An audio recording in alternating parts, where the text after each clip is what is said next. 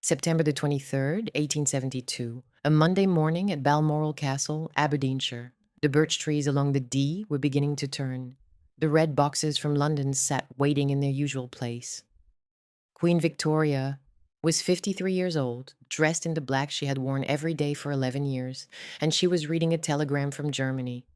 The message was short. Her half-sister, Princess Feodora of Hohenlohe-Langenburg, had died that morning in rented rooms in the spa town of Baden-Baden. She was 64. There was no state funeral, no parliamentary tribute, no headline in the London papers. The Queen opened her journal and wrote that Feodora had been her only sister and the last link with her childhood and youth. The world knew Victoria as the solitary young queen, the widow empress, the woman who gave her name to an age. It did not know that before the crown, before the throne room, before all of it, there had been another girl in the palace. An older sister who held Victoria's hand through a childhood the public was never told about. A sister who was then married off and sent to Germany, and who spent the next 44 years writing letters from exile to the most powerful woman in Europe. This is the story of Princess Feodora and Queen Victoria, two sisters separated by dynasty, sustained by correspondence, and divided by the machinery of monarchy across 5 decades in 2 countries.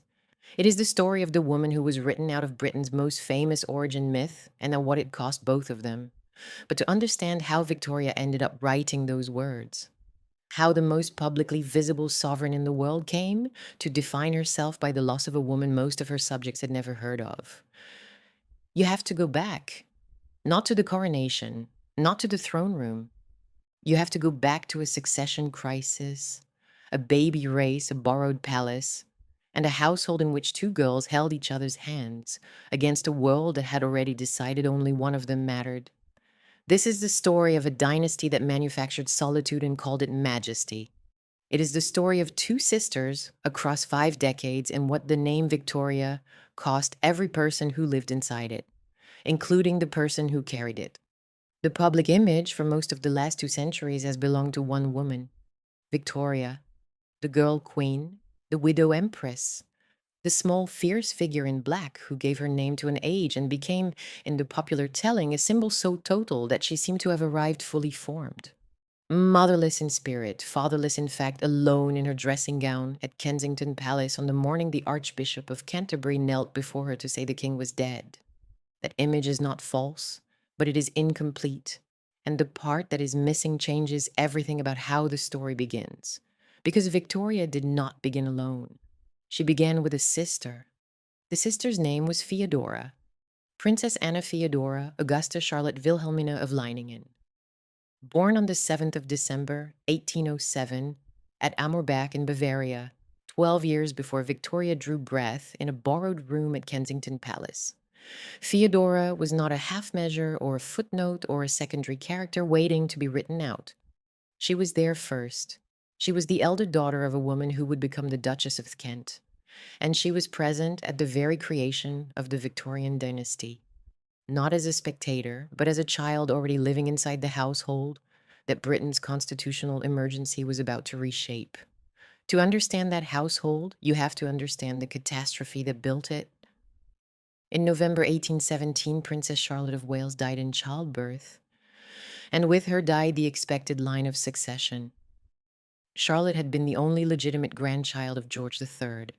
Her death did not merely grieve a nation, it erased 2 generations of certainty. There was no heir. There was no spare. There was nothing but a collection of aging royal dukes, most of them unmarried or married without legitimate children, and the dawning realization that the House of Hanover was 1 generation from extinction.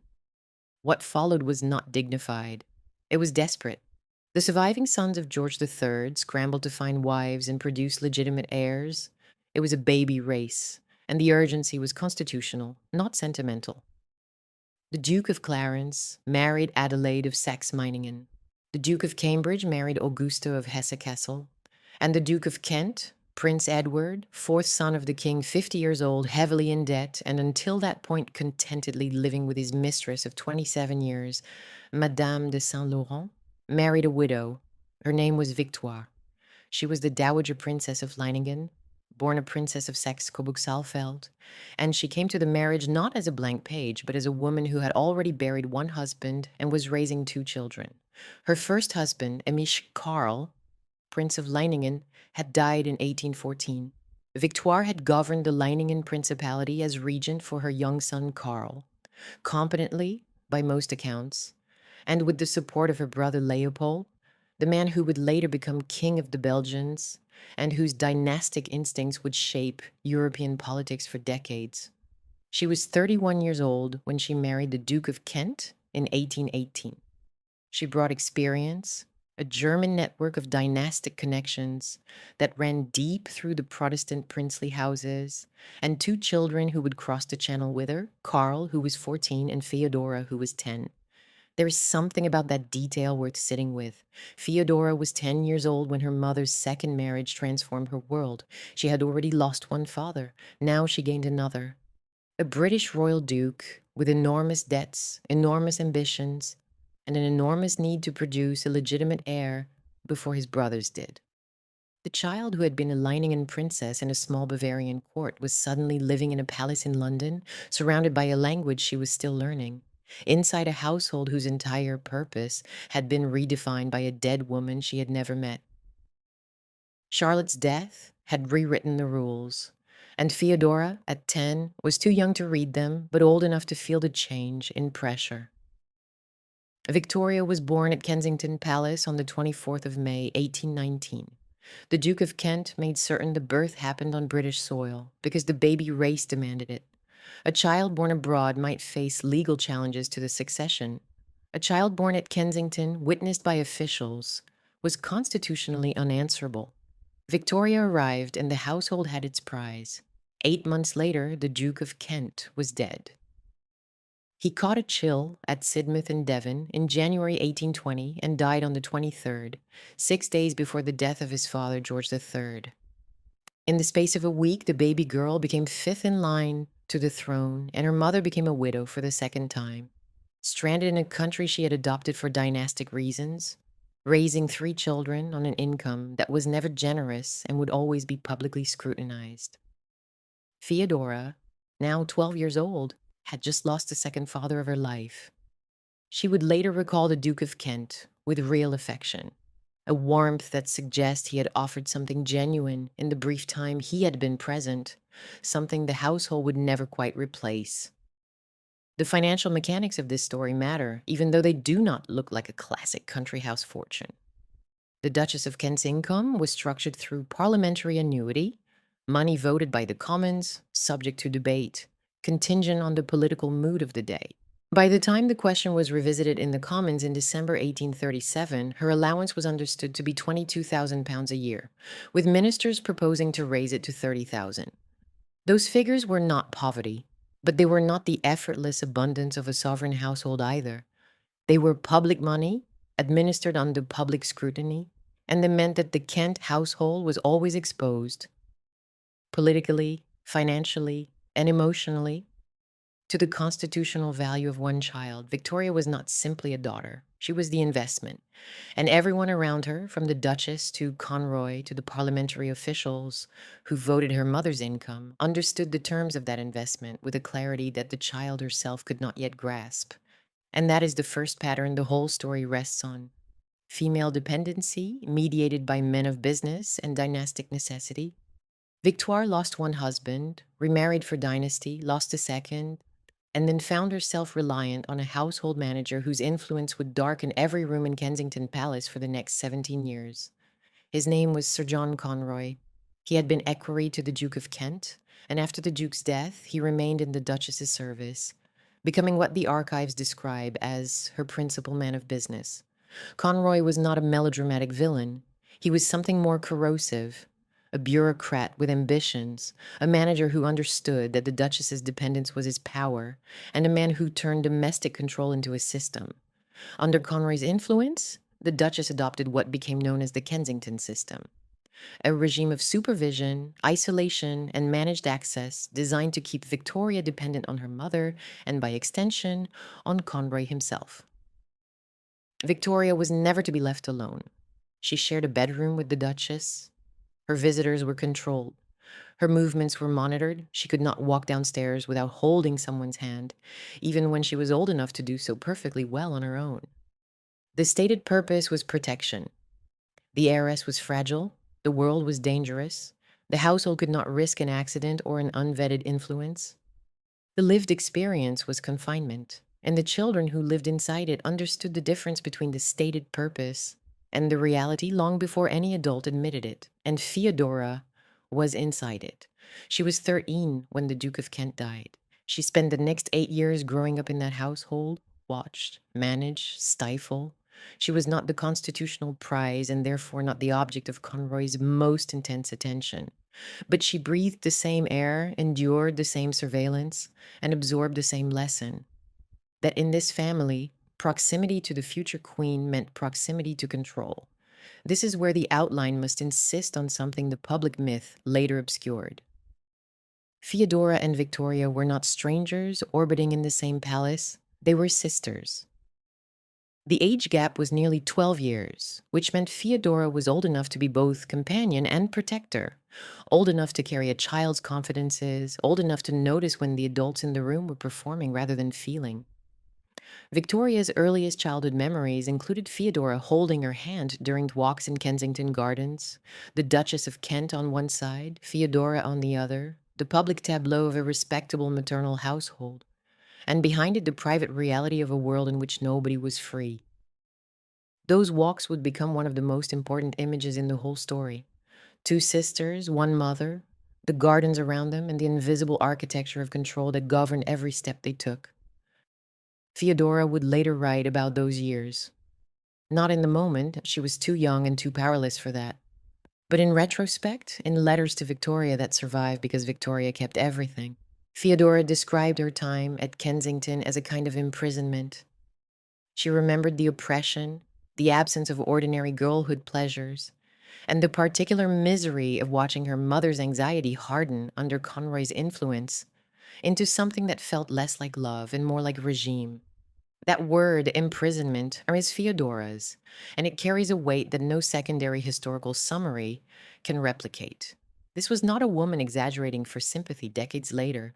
This was a woman naming what she had survived. There is something else about the household that shaped what happened next. The properties. Kensington Palace was not a grand seat in the way that Windsor or Buckingham Palace were. It was a grace and favor residence, a collection of apartments within a larger royal complex. And for the Kent household, it was both home and cage. The rooms were respectable, the gardens were beautiful, and the walls were close.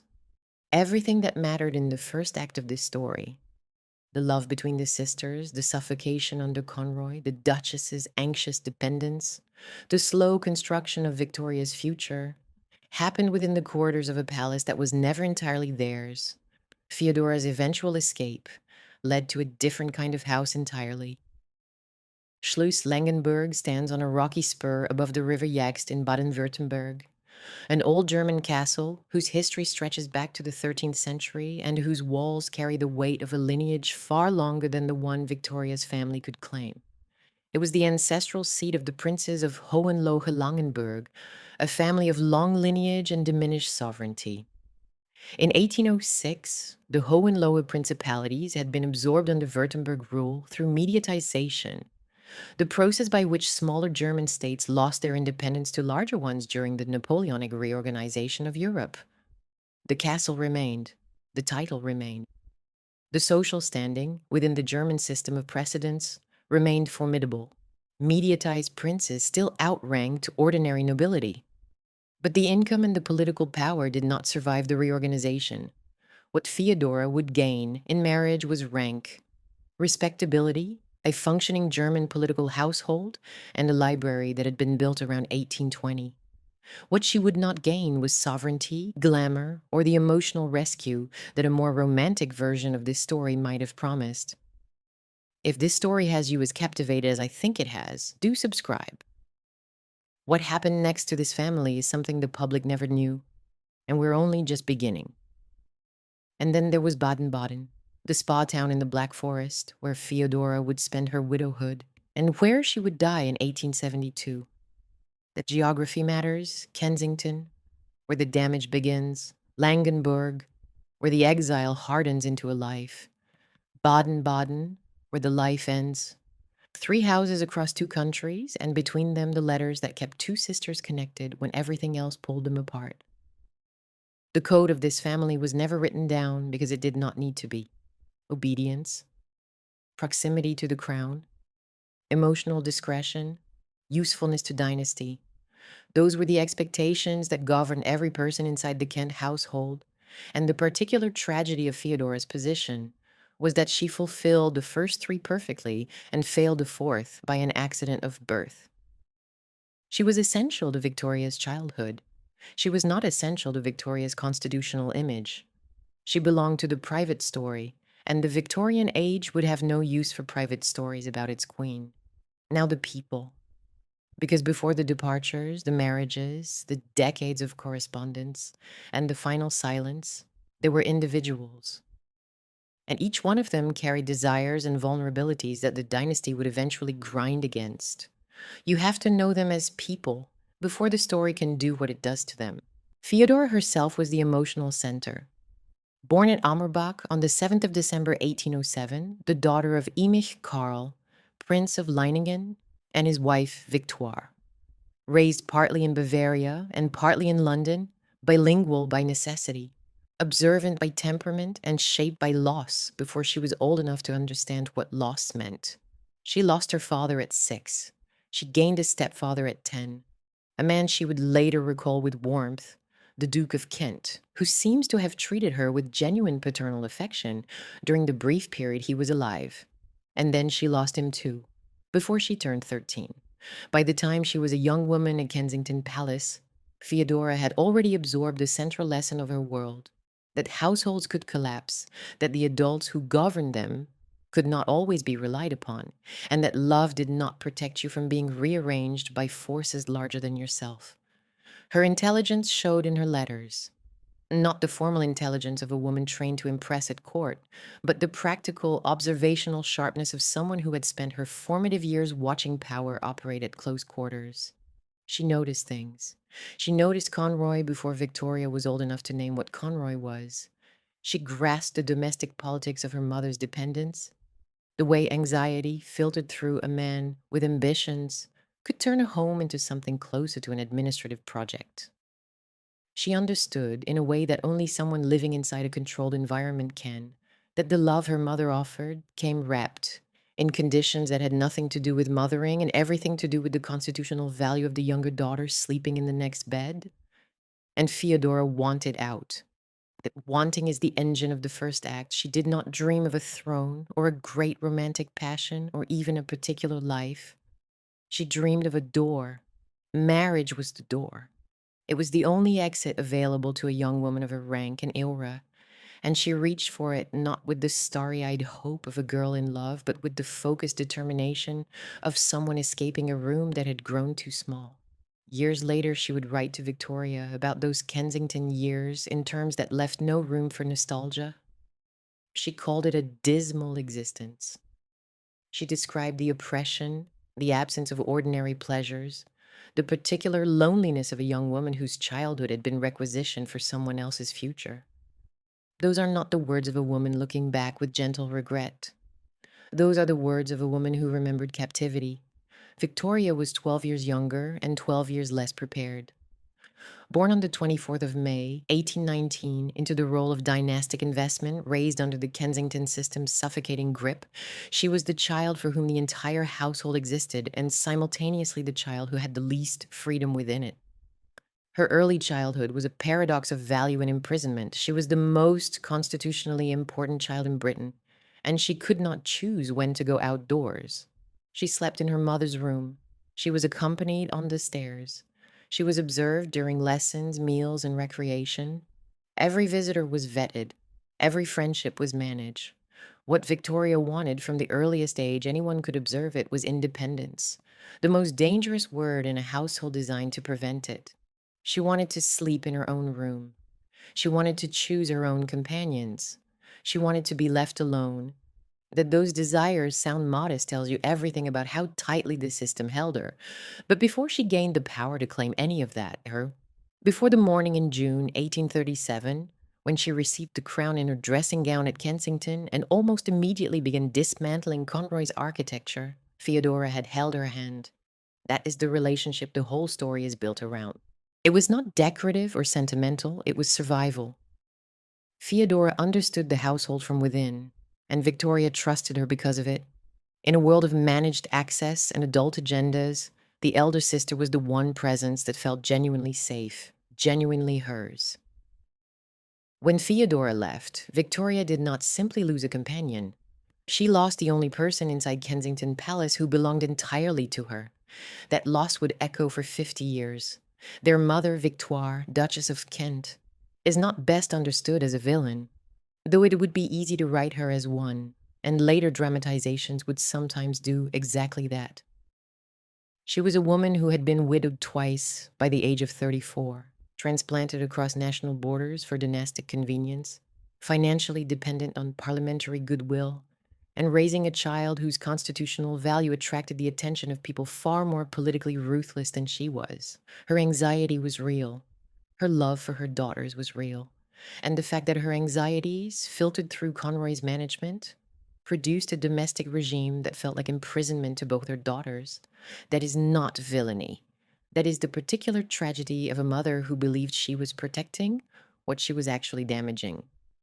Victoire stood physically at the center of the childhood home, and emotionally outside the bond her daughters formed against it. She never fully understood that the closeness between Feodora and Victoria was not merely sisterly affection. It was an alliance against the household she herself had built.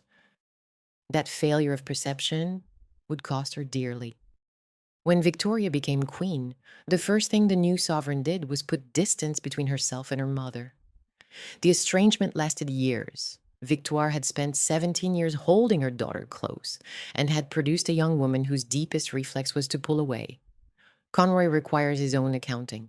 The Balliol archives are specific. He dominated the Duchess's household and worked to keep public attention focused on the mother-daughter image that served his ambitions. His aspiration, never quite stated in public but widely understood in private, was to become a kind of unofficial regent, the indispensable power behind the Duchess, who would be the indispensable power behind the future queen. He orchestrated public tours of the country in which Victoria was displayed like a coming attraction. He controlled domestic access with the administrative precision of a man who understood that information was power and isolation was control. Every room he entered felt smaller. Every social occasion he managed carried the quiet charge of someone calculating advantage. He was not violent. He was not dramatic. He was a bureaucratic presence whose authority expressed itself through timetables, access lists, the management of correspondence, and the closing of doors. Victoria despised him with an intensity that only deepened with age. Feodora's later description of Kensington as a place of oppression and misery was in substantial part a description of his shadow. Prince Ernst of Hohenlohe-Langenburg, born in 1794, enters the story as the man Feodora would marry. He was 33 to her 20 when the match was arranged, and they had met only twice before the engagement was settled. The official history of Langenburg presents him as educated, politically serious, and long-serving in Württemberg's representative estates. He served as president of the First Chamber from 1835 to 1858. That makes him more interesting than the shorthand of a minor impoverished prince. Ernst was a man of standing within his own world. He brought lineage stretching back centuries, a functioning political career in the constitutional machinery of a German state, and a castle above the Jagst with a library built in his own lifetime. What he did not bring was sovereignty, wealth commensurate with the British royal connection his wife represented, or the kind of emotional expansiveness that might have compensated for the life Feodora had left behind. He was respectable, dutiful, 13 years older than his bride, politically capable, and not enough. But none of that would matter until much later, when the question of whether the marriage had been rescue or merely relocation became impossible to avoid. Prince Karl of Leiningen, Feodora's full brother and Victoria's half-brother, is important less as a fully drawn protagonist than as a revealing contrast. When the question of Victoria's accession arose, Karl favored a prolonged regency by the Duchess of Kent. In other words, he aligned with the structure, with Conroy's orbit, with the maintenance of maternal authority over the young queen. Feodora, by contrast, supported Victoria's independence. That divergence tells you everything about where each sibling's loyalty lay. Karl chose system. Feodora chose her sister. It was a choice that would define their respective relationships with Victoria for the rest of their lives. And then there are the children who would come. Feodora's 6 children, with Ernst, born between 1829 and 1839, each of whom would carry their own thread through the European dynastic web. Their stories belong to later chapters, but their names need to be heard now because they are the proof that Feodora's exile was not an ending. It was a dispersal. Karl Ludwig, the eldest son, born in 1829, would inherit the principality briefly after his father's death and then forfeit succession through an unequal marriage, a morganatic union that the house could not accept. Hermann, the second son, born in 1832, would step into the gap Karl Ludwig left and continue the princely line, growing into a figure of real political consequence in German administration and public life. Victor, born in 1833, would reverse the exile entirely, settling in Britain, serving in the Royal Navy, marrying into the British aristocracy, and building an unexpected second career as a sculptor under the name Count Gleichen. Adelheid, born in 1835, would make the most consequential match of all. Her marriage to Frederick of Schleswig-Holstein placed her at the heart of later European dynastic politics, and she became the mother of Augusta Victoria, who married Kaiser Wilhelm II. The woman whom Britain had quietly exported to a mediatized German castle became the grandmother of an empress, and the youngest daughter, also named Feodora, born in 1839. She would marry George II of Saxe-Meiningen, and she would die of scarlet fever in February 1872 at the age of 32, 7 months before her mother followed her. That detail, the daughter named for Feodora, becoming the wound that precedes Feodora's own death, belongs to the end of the story.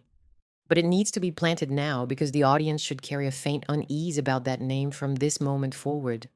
Each of those lives would unfold across decades. Each would carry forward something of the original wound, the separation, the exile, the distance between what the Hohenlohe-Langenburg name offered and what the British crown withheld. But none of that was visible yet. In the mid-1820s, the household at Kensington Palace was still intact. The Duchess still held Victoria's hand on one side. Feodora still held it on the other.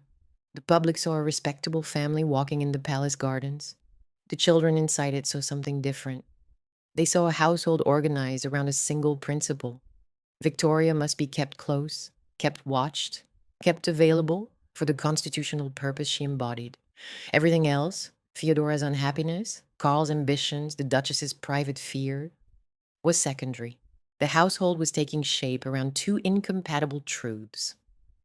The first was that Feodora and Victoria loved each other, genuinely, physically, in the way that children love, the person who makes a difficult house bearable. The walks in Kensington Gardens were real. The shared confidences were real. The elder sister's hand and the younger sister's grasp was real. The second truth was that the household existed for Victoria and only for Victoria, and that every adult in it understood this, and that Feodora's place within it was borrowed time. Conroy's system tightened year by year. The Duchess's dependence deepened. The social isolation of the household became more pronounced. Other members of the royal family noticed and commented on how close the Kent establishment had become, how difficult it was to see the little princess, how thoroughly Conroy managed access to the future sovereign. And Feodora, now approaching 20, could feel the walls closing with a clarity that a younger child could not yet articulate. She had watched her mother lose 2 husbands. She had watched Conroy accumulate power over a woman too isolated to resist it. As she had watched Victoria become a dynastic object. And she understood, with the terrible lucidity of someone who has spent her formative years inside a controlled environment, that if she stayed, she would become what the household needed her to be: invisible, compliant, and permanently subordinate to the constitutional child. Marriage was the only door. And by 1827, the machinery had begun to turn. Queen Adelaide, the wife of the Duke of Clarence, who would soon become King William IV, facilitated the introduction. The match was arranged through family networks, not romantic encounter. Ernst of Hohenlohe-Langenburg was presented as suitable, titled Protestant, respectable, and available. He and Feodora met twice. The engagement was settled. The wedding was set for the 18th of February, 1828, at Kensington Palace. Feodora was 20 years old. Ernst was 33. They had spent, in total, perhaps a few hours in each other's company, and the wedding that promised Feodora her freedom would become the first great severing in Victoria's life. The moment when the girl who held the future queen's hand walked out of Kensington Palace and into a castle in Germany, and the door closed behind her. Victoria was 8 years old. She would not see her sister again for years, and the household that had been unbearable with Feodora in it was about to become something far worse without her. The 18th of February, 1828, Kensington Palace, a winter wedding in the ceremonial rooms of the house that had confined Feodora for a decade. The bride was 20 years old. The groom was 33. They had met twice, and the occasion that brought the household together in public ceremony was, for the two people at its emotional center, an event with almost nothing in common. For Feodora, this was release. Not the triumphant, garlanded release of a woman marrying for love, but the quieter, more desperate kind. The release of someone who has calculated the cost of staying and decided that any exit is better than none. She had watched Conroy tighten his grip on the household for years. She had watched her mother's anxious dependence harden into compliance with a man whose ambitions had nothing to do with the well-being of the family he controlled. She had shared a controlled, supervised existence with a younger sister she loved, and a domestic regime she could no longer bear. Marriage to Ernst of Hohenlohe-Langenburg was not a rescue in the storybook sense. It was a transaction. Title for departure, respectability for distance, an old German castle for the borrowed rooms of a London palace. But it was a door, and she walked through it with the composure of a woman who had learned, in Conroy's household, how to keep her face still while her heart was somewhere else entirely. For Victoria, this was abandonment without betrayal, and that distinction is what makes the scene so difficult to hold in the mind. Victoria was 8 years old. She was not old enough to understand the political architecture of the match or the domestic calculations that had made it inevitable. She was not old enough to know that Feodora had been suffocating, that the older sister's eagerness for marriage was not eagerness for Ernst, but eagerness for heir. She was old enough only to know that the person who held her hand, who understood the household from the inside, who made the controlled world of Kensington bearable by existing within it, was leaving, and the child could not follow. The wedding was a celebration in which the person most devastated by its meaning was too young to articulate her devastation, and too well trained in the protocols of royal composure to show it. The ceremony itself was arranged through the kind of family networking that characterized royal marriages of the period. Queen Adelaide, wife of the Duke of Clarence, had facilitated the introduction. The match was appropriate. Ernst was Protestant, titled, and of suitable rank. That he was also 13 years older than Feodora. That his principality had already been absorbed by Württemberg. That his income was modest by the standards of the British royal connection. These were facts, not objections. In the calculus of dynastic marriage, suitability meant religion, rank, and availability. It did not mean compatibility, affection, or the promise of emotional fulfillment. Feodora knew that. She accepted it. The alternative was Kensington, and Kensington had become intolerable. The Duchess of Kent stood as mother of the bride, performing the role of a woman giving her daughter in marriage, while knowing, beneath the performance, that this departure thinned the household she had spent a decade constructing. Victoire was losing her elder daughter, but she was not losing the daughter who mattered constitutionally. Victoria remained. The investment was safe, and Conroy's environment, far from being diminished by Feodora's departure, would tighten by default, because one counterweight had been removed from a household that already had too few of them. Ernst, for his part, received a bride of royal-adjacent prestige who brought no fortune and much emotional history. He was a serious man, politically engaged, educated in the traditions of German princely governance, and old enough to understand that this marriage served his house's interest in ways that went beyond affection. A connection to the British royal family, even an indirect one, through a half-sister rather than the sovereign herself, carried weight in the world of mediatized German houses where prestige was the currency that replaced lost sovereignty. He offered Langenberg lineage and respectability, what he could not offer, and what Feodora would never find in quite the way she might have hoped, was the emotional amplitude of a marriage built on something deeper than arrangement. After the wedding, Feodora left for Germany.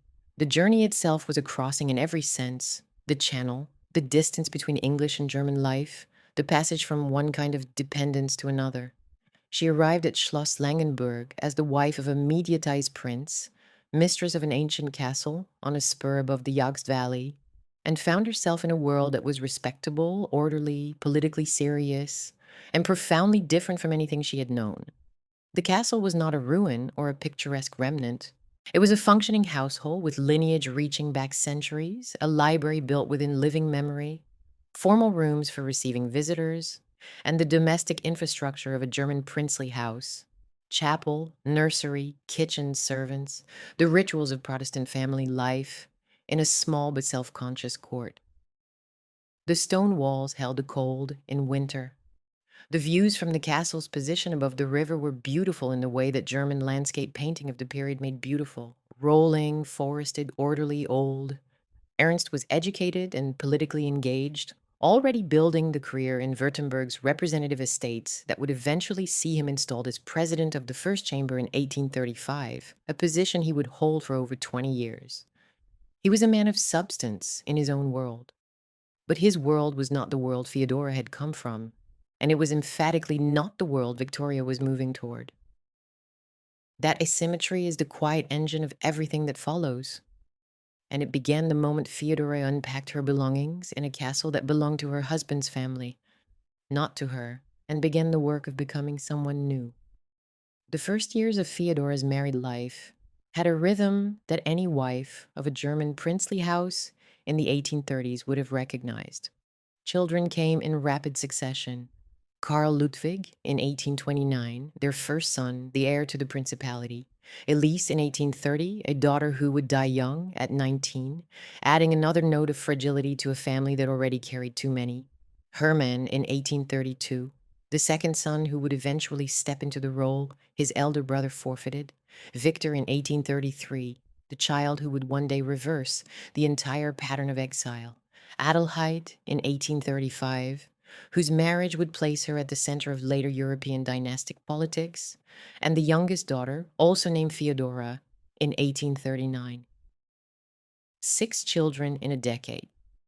The household grew, the domestic responsibilities multiplied, the nursery filled, the expenses mounted, and the woman who had once been a captive girl at Kensington Palace became something the world had no particular interest in noticing: a German princess of modest means, managing a castle, raising children, and keeping up a correspondence that meant more to her than anything else in her daily life.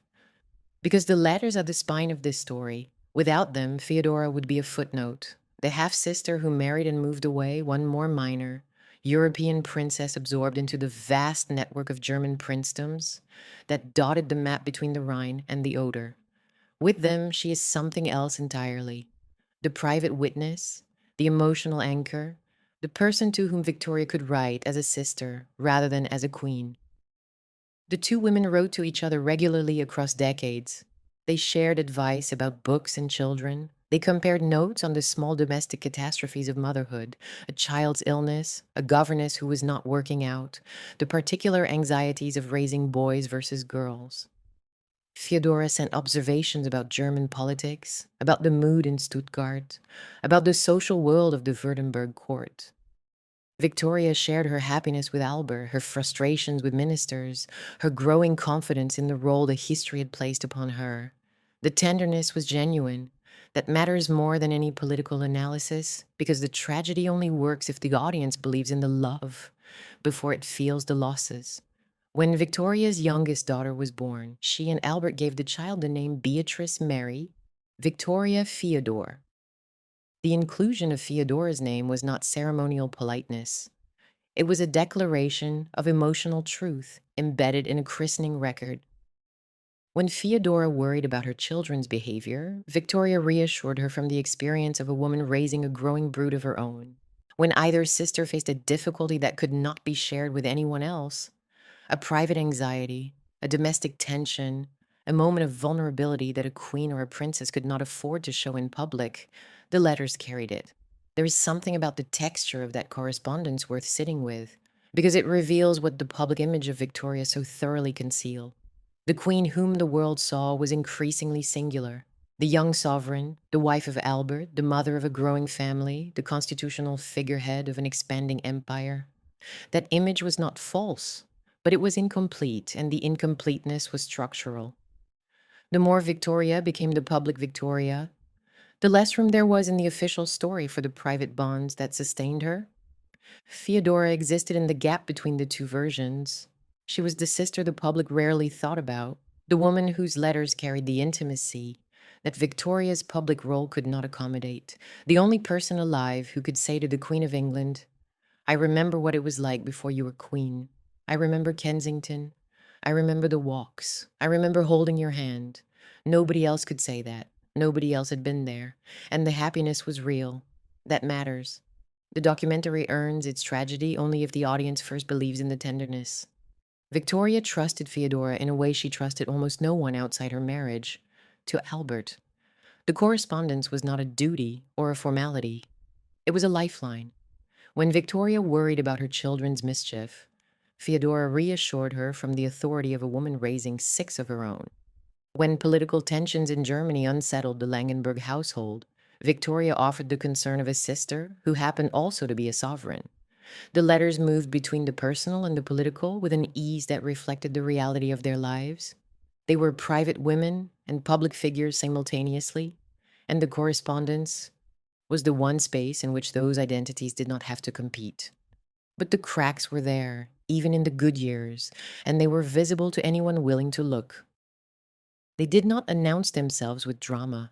They arrived quietly, in the spaces between letters, in the asymmetries that no amount of affection could smooth. The first crack was the most obvious and the most painful: geography. Feodora was in Germany. Victoria was in England. The channel was not merely water. It was the physical expression of a divergence that no amount of correspondence could fully bridge. Letters took days to cross Europe. News arrived late. When a child was ill at Langenberg, Victoria might not hear of it until the crisis had already passed or worsened. When a political event shook London, Feodora read about it in the German press before her sister's letter arrived with the private version. The time lag was not merely inconvenient, it was a form of exclusion. 2 women who had once shared every hour of every day were now narrating their lives to each other in retrospect, always slightly behind the present moment, always reconstructing rather than sharing. Visits were rare, expensive, and governed by the protocols that surrounded any movement of the British sovereign or her relatives. When Feodora came to Britain for the coronation in 1838, for occasional family gatherings, the visits were public events shaped by schedule and ceremony, not private reunions in which 2 sisters could recover the easy intimacy of shared childhood. And when the visits ended, the distance reasserted itself with the finality of a closing door. Feodora returned to Langenberg. Victoria returned to the growing machinery of sovereignty. The gap between a letter sent and a letter received was the gap in which loneliness grew. The second crack was financial, and it colored everything without ever being named directly. Feodora had title and lineage, but not the income to match. The Hohenlohe-Langenburg Principality had been mediatized. The castle was ancient, but the revenues were limited. Ernst's political career earned him standing in Württemberg society, not wealth. Feodora managed a household whose dignity exceeded its means. A situation familiar to many of the mediatized German princely families, but no less wearing for its familiarity. She was raising 6 children in a castle that needed constant maintenance, entertaining visitors whose expectations were calibrated to the prestige of the Hohenlohe name rather than the reality of its finances, and doing all of this as the half-sister of the Queen of England. That contrast was not something either woman would have spoken about openly, but it existed, and it shaped the emotional architecture of the relationship in ways that were subtle and persistent. Victoria could offer things, gifts, invitations, the reflected warmth of royal connection, the occasional material support that a sovereign could extend to family without it being remarked upon. Feodora could offer only herself, her observations, her intelligence, her love. The asymmetry was not corrosive in the way that jealousy might have been. And the evidence of the letter suggests that Feodora was not a jealous woman, or at least not one who allowed jealousy to govern her pen. But the awareness of the gap was there on both sides, and it deepened with every passing year as Victoria's world grew larger and Feodora's remained the same. The third crack ran deeper than either money or miles, and it had to do with what each woman had become in the eyes of the world. Victoria was sovereign. Her days were structured by red boxes, audiences, state papers, the rituals of monarchy, the obligations of an expanding empire. She was the most publicly observed woman in Europe, surrounded by people whose proximity was governed by function and protocol rather than feeling. Feodora was a German princess of modest means and considerable intelligence, raising children in a castle that the wider European world had mostly forgotten. She was observant enough to see her own position clearly, and honest enough in her letters to acknowledge it without self-pity. But the clarity did not diminish the strangeness of it. The girl who had once walked in Kensington Garden holding her little sister's hand was now writing letters to the most powerful woman in Europe, and even between sisters, the formality of address carried the faint, ineradicable weight of rank. Victoria was addressed as a queen even by those who loved her most. The crown sat between every relationship she had, including this one. That weight never broke the bond, but it inflected everything. When Feodora wrote to Victoria, she was writing to her sister and also to a queen. When Victoria wrote to Feodora, she was writing to a queen's sister and also to the last surviving witness of a childhood the world had no interest in remembering. The intimacy was real. The structural inequality was also real. Both things coexisted in every letter that crossed the channel, and neither woman could pretend the other away. Meanwhile, the household at Kensington Palace completed its long, slow transformation without Feodora in it. The 9 years between Feodora's departure in 1828 and of Victoria's accession in 1837 were the years in which the Kensington system hardened into its final, most suffocating form. With Feodora gone, the one counterweight within the household, the one person who understood what the younger girl was enduring without being complicit in it, had vanished. Victoria was left alone with the Duchess and Conroy, and alone in this context is not a figure of speech. She still shared a bedroom with her mother. She was still accompanied everywhere. She could not descend a staircase without a hand to hold, a practice that had nothing to do with her physical safety and everything to do with the maintenance of dependence. The social isolation deepened as Victoria grew older and the stakes of the succession grew clearer. Conroy's ambitions became more transparent with every passing year. He pressed the young princess, pressed her with increasing desperation as her accession drew closer, to sign a document granting him a formal position in her future household. The pressure was relentless. On at least one occasion, during a serious illness at Ramsgate in 1835, Conroy and the Duchess attempted to extract Victoria's written agreement while she was bedridden and weakened. Victoria refused. She was 16 years old, and her refusal, trembling, alone in her sick room, with the two adults who controlled her world bearing down on her, would become one of the defining acts of her character. It was stubbornness born not from privilege, but from years of watching her autonomy be eroded by people who claimed to be protecting her. Feodora, from Langenberg, could do nothing about any of it except write. And she did write. Her letters to Victoria during these years carried the particular urgency of someone who understood the household from the inside and could see from outside how the machinery was grinding against her sister. Feodora supported Victoria's resistance to Conroy. She encouraged her sister's independence. She was, through the medium of pen and paper, the ally she had once been in person, the voice that said, "What you are feeling is real. What they are doing to you is wrong. You are not imagining it." And then, on the 20th of June, 1837, William IV died and Victoria became queen. She was 18 years old. The scene is famous. The Archbishop of Canterbury and the Lord Chamberlain arriving at Kensington Palace before dawn, the young woman in her dressing gown receiving the news, the first acts of a reign that would last 63 years. That image, this the solitary girl, summoned to sovereignty in the early morning, is the founding myth of the Victorian age. It is powerful precisely because of its loneliness. Victoria is alone in the scene. She is alone because the household had been designed to isolate her, and because the one person who might have stood beside her with genuine understanding had been married off to a German prince 9 years earlier and was living in a castle above the Jaxt, reading about British politics in letters that arrived days after the events they described. Accession changed everything within the Kensington household and nothing about the distance that separated the sisters. Victoria was queen. She moved her bed out of her mother's room within hours, the symbolic undoing of 17 years of enforced proximity.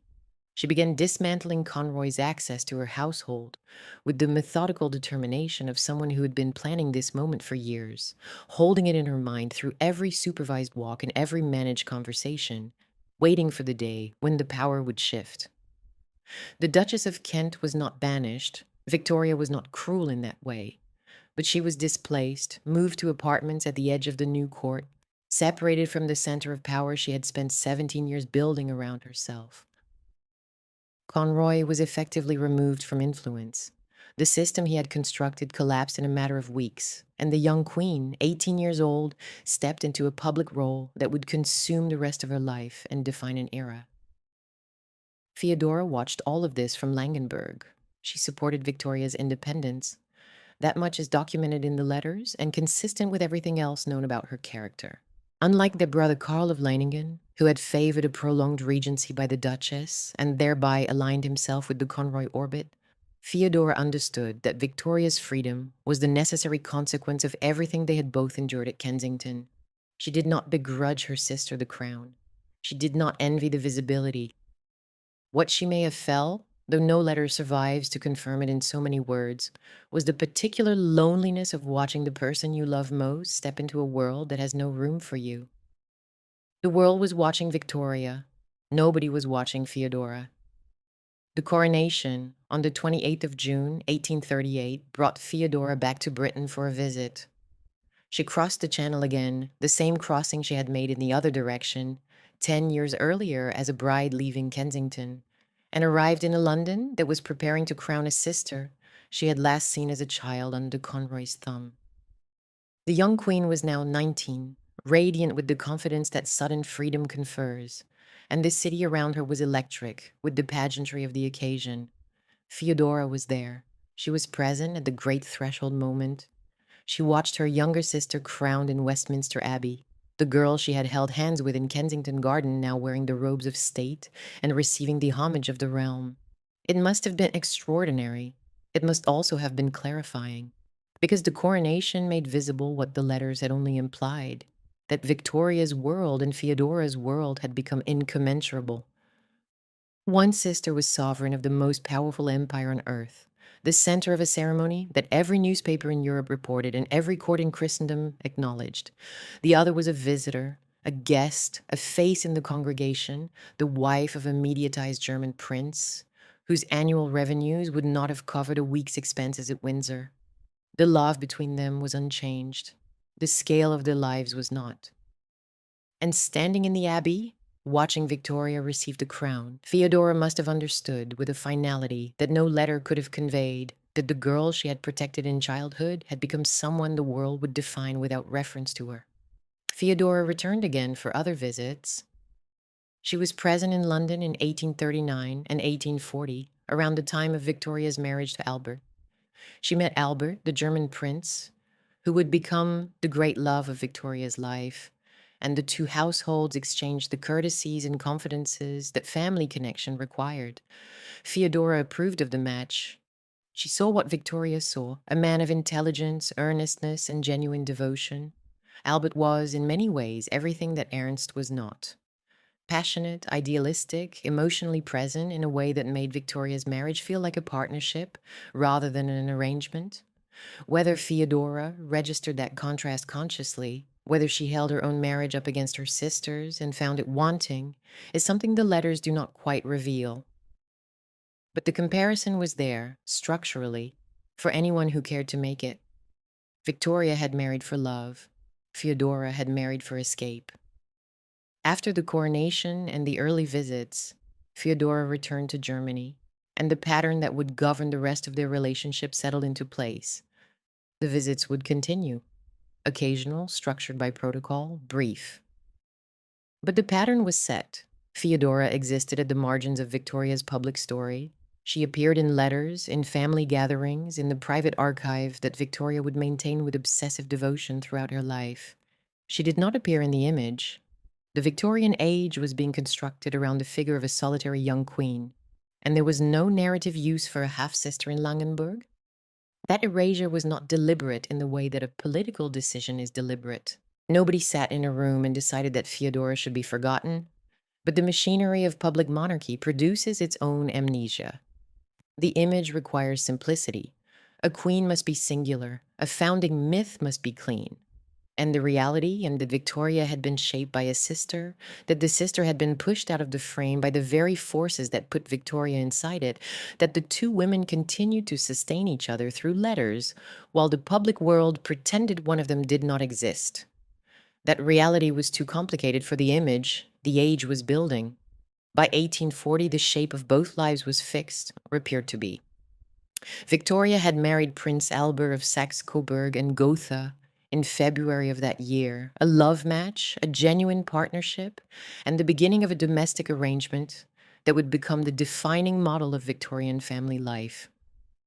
The couple's devotion to each other was not merely conventional, it was ardent, intellectual, and physically demonstrating in a way that surprised courtiers accustomed to more restrained royal marriages.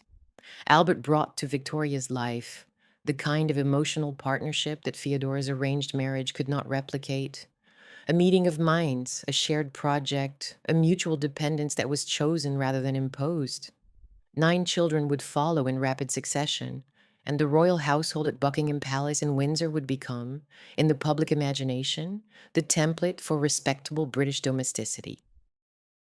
Feodora, meanwhile, had her own household, her own 6 children, her own castle, her own husband engaged in German political affairs, and a correspondence with her sister that continued to carry the weight of genuine intimacy across an ever-widening distance. The bond survived. It survived because both women needed it and because neither was willing to let geography, rank, or the passage of the years dissolve what Kensington had forged. The letters kept arriving, the affection kept flowing, and the private world that the two sisters maintained between them. The world of shared memory, of childhood recalled, of domestic advice exchanged across borders, persisted even as the public world pretended it did not exist. But survival is not reunion. And the distance between the sisters was not merely the distance between England and Germany, between Langenburg and London, between a castle above a river and a palace at the heart of an empire. It was the distance between a woman whose name would define a century and a woman whose name the century would forget. One had the husband, the household, the children, the castle, and the modest respectability of a German princely life. The other had all of those things too, and also the crown, the empire, the image, the world's unceasing attention. Their lives no longer rhymed. They still resonated, and the resonance would deepen year by year as new losses accumulated and old wounds refused to close. Feodora had escaped Britain.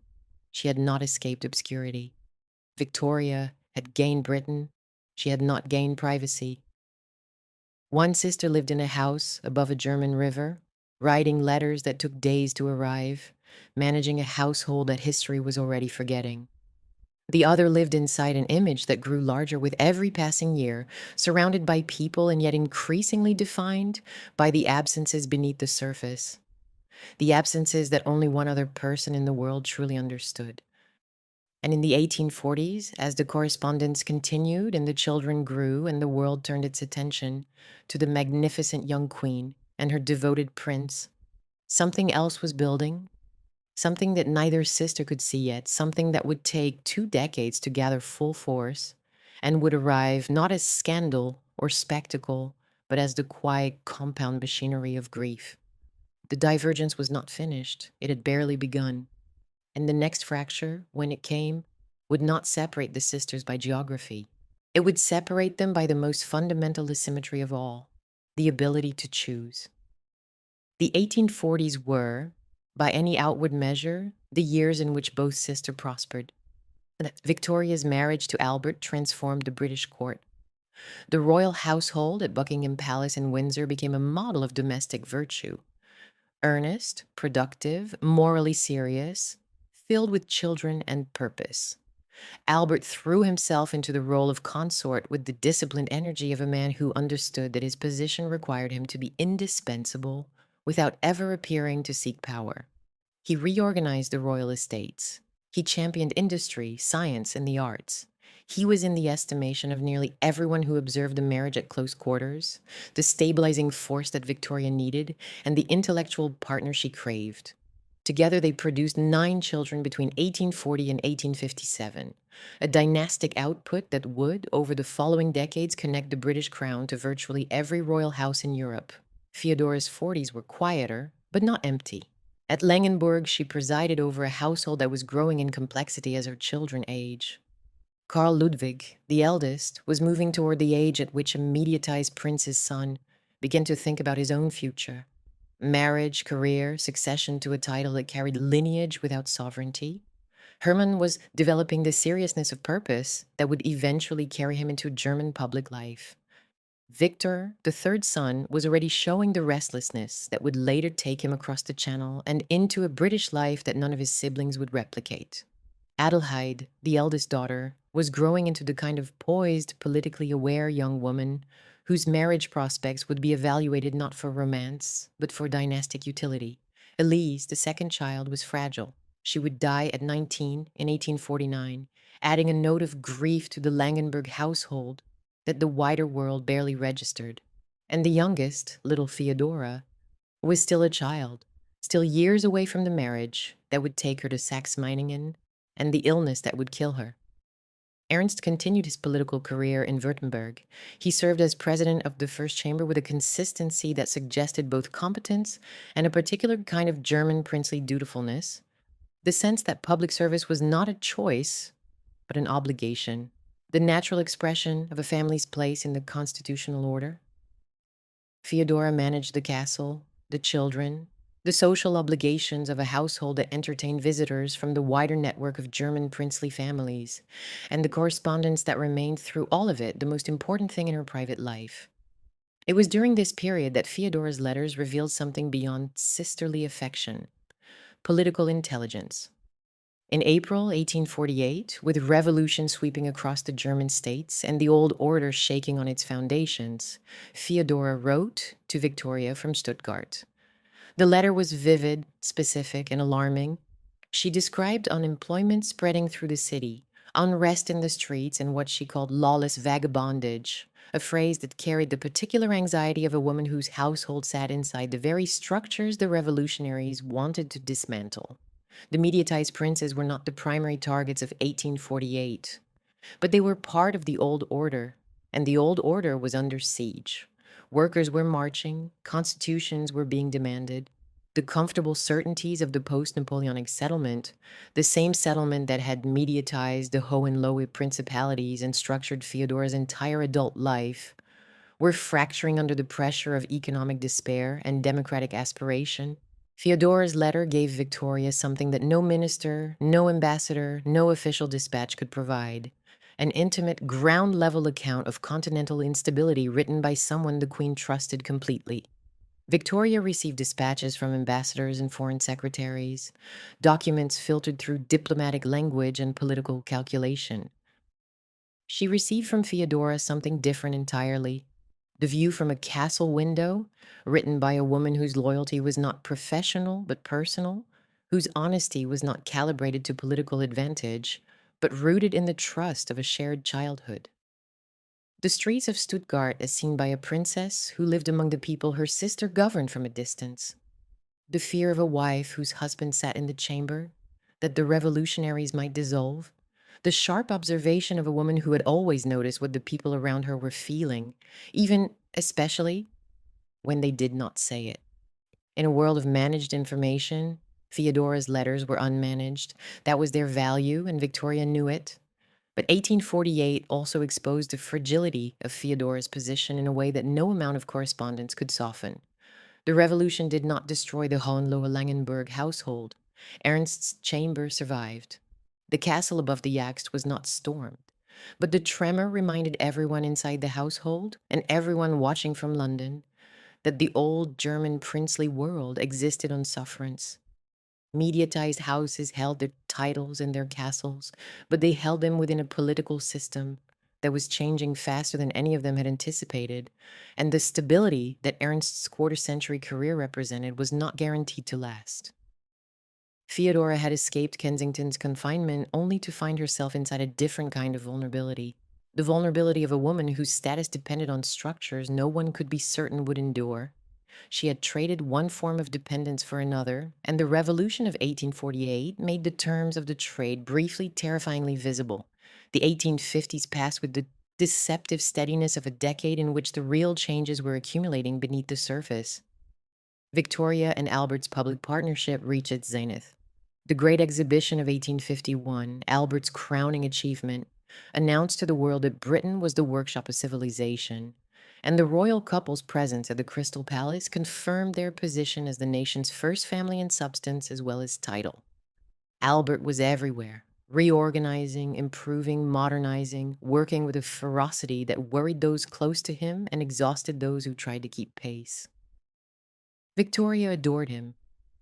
The marriage that had begun as a love match had deepened into something more, a shared enterprise, a mutual dependence so complete that its dissolution would be catastrophic. At Langenburg, Feodora buried a child. Elise, her second-born, died in 1849 at the age of 19. The cause and circumstances are not fully documented in the sources that survive in open access, but the fact itself is sufficient. A mother lost a daughter. It was the first of the deaths that would accumulate around Feodora in the final decades of her life, and it happened quietly, far from the public gaze that surrounded Victoria's every breath.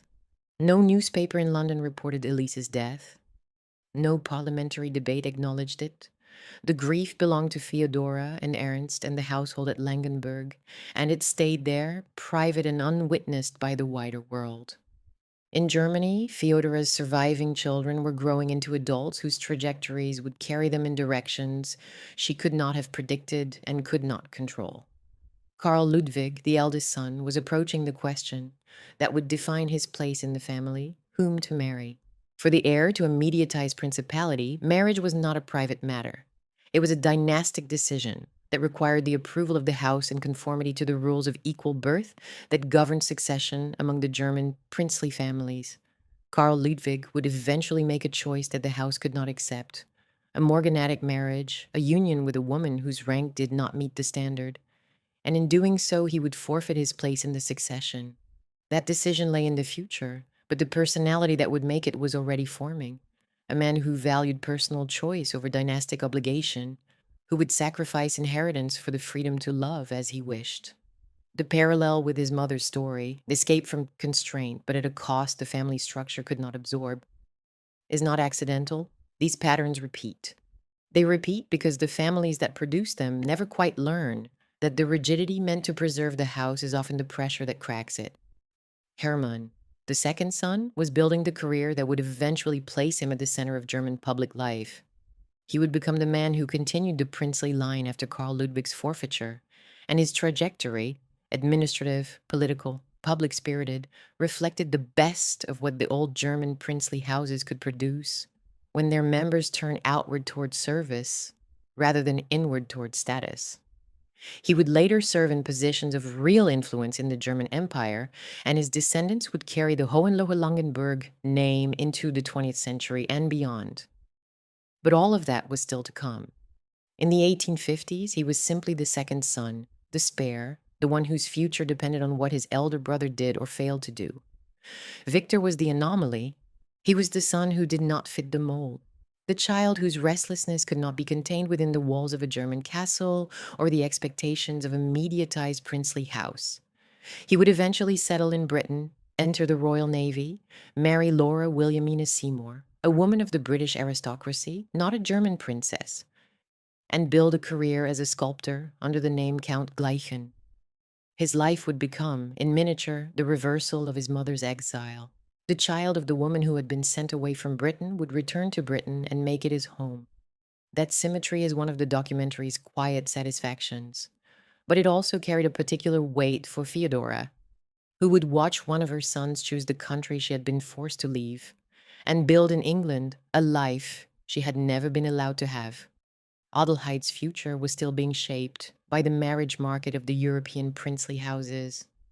She would marry Frederick, Duke of Schleswig-Holstein-Sonderburg-Augustenburg in 1869, and through that marriage she would become the mother of Augusta Victoria, who in 1881 married the man who would become Kaiser Wilhelm II.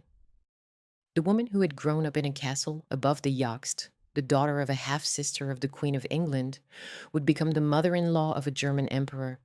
That fact alone, that Feodora's bloodline would flow directly into the German imperial family, is one of the story's great ironies. The sister who was written out of the British public image did not vanish from the dynastic map. She dispersed across it.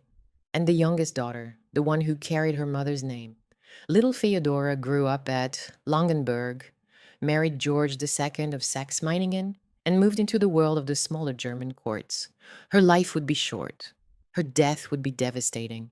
But in the 1850s, she was still a girl, still sheltered within the household her mother managed, still innocent of the weight that her name would come to carry. Then the decade turned, and the machinery of grief began its work. Ernst died on the 12th of April, 1860. He was 65 years old. He had served Württemberg for over 20 years as president of the First Chamber, a tenure that spoke of steady competence and the quiet endurance that German princely politics demanded of its participants. He had been a dutiful husband, a competent administrator, a man whose public life had been respectable, and whose private life had been, by all surviving accounts, sufficient if not passionate. His death did not shake Europe. It did not make the front pages of the London newspapers. It was, in the language of the dynastic world, an expected event. An elderly prince, his health declining, his career completed, his succession arranged. But within the castle, above the Jagst, the death rearranged everything. Feodora was 52 years old. She was alone in the household for the first time, truly alone, without the man whose presence had structured her domestic world for 32 years. The children were grown or nearly grown. Karl Ludwig was 30, already moving toward the morganatic marriage that would alter the succession. Hermann was 27, preparing to step into the role that Karl Ludwig's choice would vacate. Victor was 26, already restless, already looking toward Britain. Adelheid was 24, approaching the marriage that would connect her to the Schleswig-Holstein line. The youngest Feodora was 20, recently married to George of Saxe-Meiningen. The household that had once been full of children's voices and the rhythms of a young family was now a dowager's residence, and the woman inside it was writing to her sister about the particular quality of grief that comes not from losing something passionate, but from losing something steady. Ernst had not been the great love of Feodora's life. No letter survives that claims otherwise, and the arranged nature of the marriage, the 2 meetings before the engagement, the 13-year age gap all suggest a union built on duty and compatibility rather than desire. But he had been her companion for 3 decades. He had been the father of her children. He had given the household its public shape, and her own life its outward structure. His death was real loss, even if it was not the annihilating kind. And the letters Feodora wrote to Victoria in the spring and summer of 1860 carry the weight of a woman learning to inhabit a space that has changed shape around her. Victoria understood. She wrote back with the sympathy of a woman who knew that loss, even the loss of an imperfect marriage, deserved respect. The sisters' correspondence in this period took on a new tenderness, the tenderness of 2 women who recognized in each other a vulnerability that the world could not see. Victoria was still married, Albert was still alive. But the awareness that death was not an abstraction, that it could enter a household and remove the person around whom everything was organized, was now shared between them. That awareness would prove prophetic in the cruelest possible way. 20 months later, on the 14th of December, 1861, Prince Albert died at Windsor Castle. He was 42 years old. The official cause was typhoid fever, though the diagnosis was debated at the time and has been revisited by medical historians since. What is not debated is the effect. Albert's death broke something in Victoria that would never fully mend. The Queen's grief was immediate, total, and without visible end. She collapsed into mourning with a completeness that alarmed her household, her ministers, and her family. She wore black for the rest of her life, not as a gesture, but as a statement of permanent bereavement. She preserved Albert's rooms exactly as he had left them. She had his clothes laid out each morning. She withdrew from public life with a thoroughness that tested the patience of a nation that needed its sovereign visible and functioning. The double widowhood, Ernst in April 1860, Albert in December 1861, created a symmetry that was almost too precise for the sisters to bear. They were both alone now. They had both lost the men who had structured their adult lives, the men through whom their domestic worlds had been organized, the men who had given them their outward identities as wives and their daily routines as partners. The ground they shared had shifted. For the first time in decades, their circumstances rhymed, not with happiness, but with loss. And Victoria, in the immediate devastating aftermath of Albert's death, when the universe she had built around her marriage was collapsing inward, and every room in Windsor reminded her of what she had lost, reached for the one person who might understand her grief from the inside. She wanted Feodora to come to Britain. She wanted her sister near her. She wanted to recover the one relationship that predated all the others, the bond that had existed before Albert, before Ernst, before the crown, before everything. The bond formed at Kensington between two girls who had no one else. Victoria's wish was not casual. It was born of the same need that had once made Feodora's hand in hers the most important thing in the world. Come to me, be near me, help me survive this. The queen who commanded an empire was, in that moment, a younger sister asking her elder sister to hold her hand again. Feodora refused. There is something about that refusal that demands the audience's full attention, because it is the most surprising and most revealing act of Feodora's entire life. The refusal came in 1862, and Feodora's explanation was not vague or evasive. She was specific. She said she could not, at her age, surrender her house or her independence. She could not dissolve herself back into the British royal orbit. She could not give up the household she had spent 34 years building, the castle, the routines, the modest but autonomous domestic world she had constructed in Germany, in order to become once again a subordinate figure in someone else's domestic architecture, not even Victoria's, not even now. That refusal reverses the documentary's initial assumption completely. The audience has been watching a story about a woman who was pushed away from the center, married off to clear the field, exiled to a German castle while her sister became queen, reduced to a correspondent rather than a companion. And now, at the precise moment when the center opens and invites her back, Feodora declines. She is not only the woman who was sent away, she is by 1862 the woman who will not return. And the distinction between those two things is the difference between a victim and an agent. The refusal tells you what Feodora had built. It tells you that the 34 years at Langenburg, the arranged marriage, the castle above the river, the children, the modest finances, the political observations, the social obligations of a mediatized dowager, had produced something she valued more than proximity to power. She had built a self. She had built it painstakingly, inside constraints she had not chosen, and she would not dismantle it, not even for love. Not even for grief, not even for the sister who needed her most. This is not estrangement. The letters continued. The affection endured. Victoria accepted the refusal, or at least absorbed it into the vast archive of private disappointments that her public role required her to manage. The correspondence resumed its regular rhythm, carrying the same warmth it had always carried. But the fantasy of permanent reunion, the half-imagined possibility that one day the two sisters might share a household again, might recover the physical closeness that Kensington had given them before it poisoned everything else, that fantasy died in 1862. It died not because Feodora stopped loving Victoria, but because Feodora understood something about herself that Victoria, in the depths of grief, could not yet see. That independence, once built, cannot be traded away without destroying the person who built it. Feodora had spent her childhood inside one controlling household. She would not, at 54, enter another, not even one governed by love rather than ambition. The paths now diverged with a clarity that was painful and permanent. Victoria retreated deeper into widowhood, into the ritualistic mourning that would define the next 4 decades of her life. She became the Queen in Black, the widow of Windsor, the sovereign who withdrew from public life so thoroughly that her ministers debated whether the monarchy itself was sustainable under the weight of her grief. She ordered that Albert's rooms at Windsor be preserved exactly as he had left them. She had hot water brought to his dressing room each morning. She slept with a photograph of Albert above her bed and a cast of his hand beside her pillow. The private woman who had once written playful letters to her sister about children and books and the small pleasures of domestic life became a monument to her own bereavement, a figure so defined by mourning that the public began to wonder whether the grief was genuine devotion or theatrical excess. It was in truth both. Victoria loved Albert with a completeness that left no room for recovery, and she performed that love with a visibility that turned private anguish into public spectacle. The queen who had once wanted nothing more than to be left alone was now alone in the most observed way possible.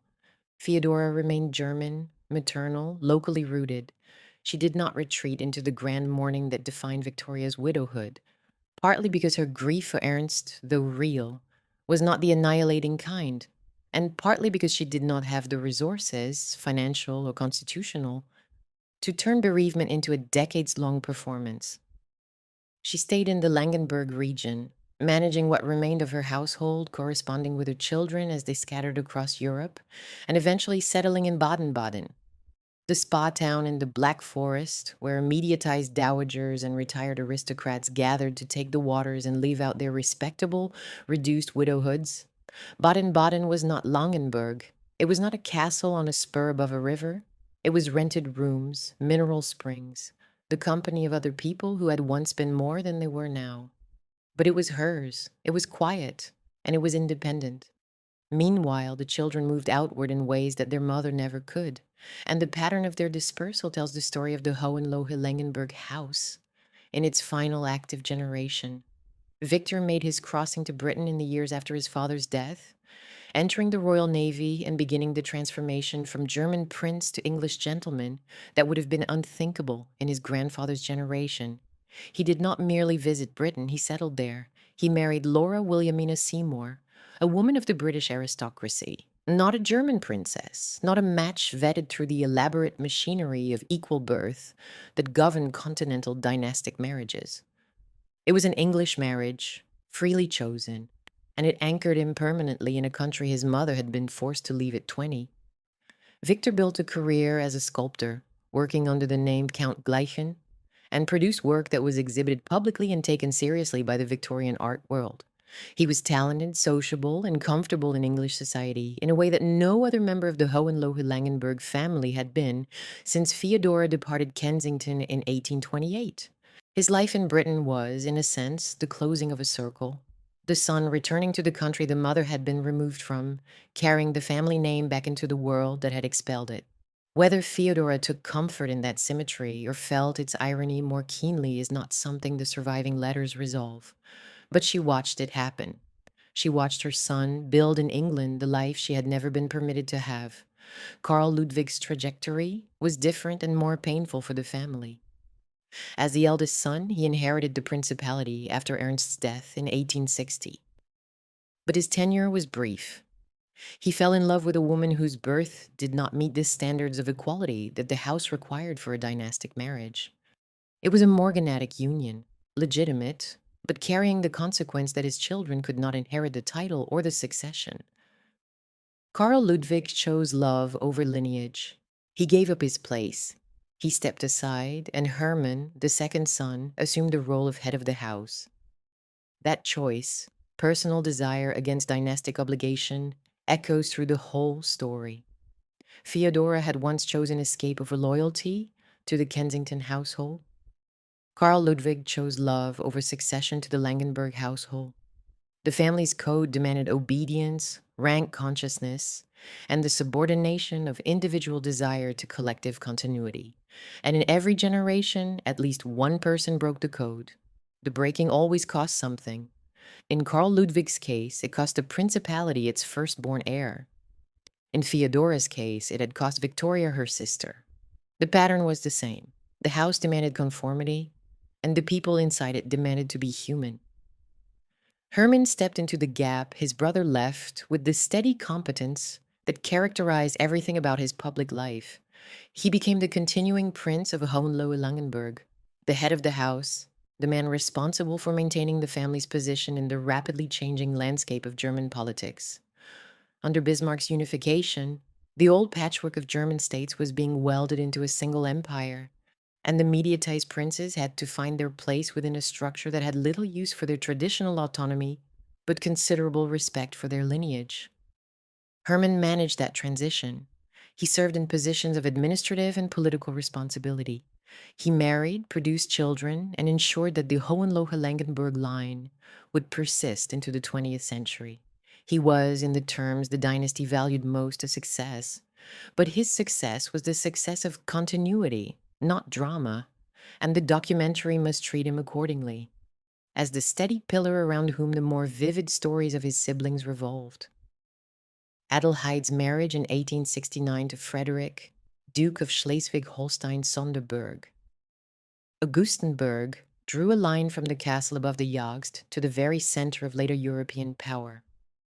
Through that marriage, Adelheid became the mother of Augusta Victoria, who in 1881 married Prince Wilhelm of Prussia, the man who would become Kaiser Wilhelm II. The daughter of a mediatized German prince and the half-niece of the Queen of England became the mother-in-law of a German emperor. That genealogical fact is worth the documentary's attention because it demolishes the simplest version of Feodora's story. She was not merely the sister who was forgotten.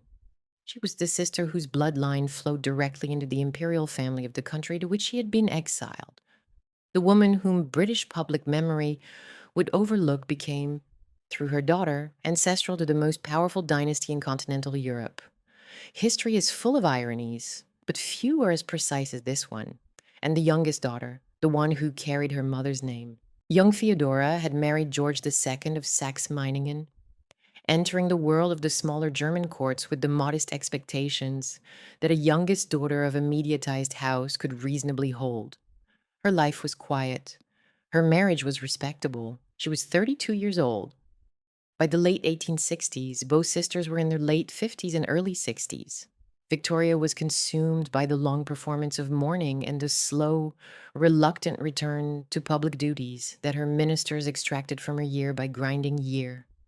Feodora was living the narrower, but in some ways more autonomous life of a dowager in Baden-Baden. Her children dispersed, her correspondence still regular, her health beginning the slow decline that widowhood and accumulated loss impose upon a body. They were still writing. They still needed each other. They were still living separate fates shaped by a single origin. The household at Kensington that had made one of them a queen and sent the other into exile. And then 1872 arrived, and it arrived with the particular cruelty of a year that destroys what remains after everything else has already been taken. In February, Feodora's youngest daughter, the one who carried her name, the one who had married into Saxe-Meiningen, the one who was 32 years old and should have had decades stretching before her, fell ill with scarlet fever and died. The daughter named for Feodora became the wound that preceded Feodora's own end, and the woman who had survived exile, arranged marriage, widowhood, reduced circumstances, and 44 years of separation from the sister she loved most in the world was about to discover that the machinery of loss was not finished with her. It had one more thing to take. The news from Saxe-Meiningen arrived in February 1872, and it arrived in the way that the worst news always does, in stories about families scattered across a continent. By letter, by telegram, across borders, carrying a fact that the recipient already half feared. Young Feodora, the Duchess of Saxe-Meiningen, Feodora's youngest daughter, the child who had been given her mother's name 32 years earlier, was dead. Scarlet fever. She was 32 years old. She left behind a husband, George II of Saxe-Meiningen, and children who would now grow up without the mother who had carried them into the world. The mathematics of that loss are worth pausing over, because they tell the story of a life measured out in departures. Feodora had borne 6 children between 1829 and 1839.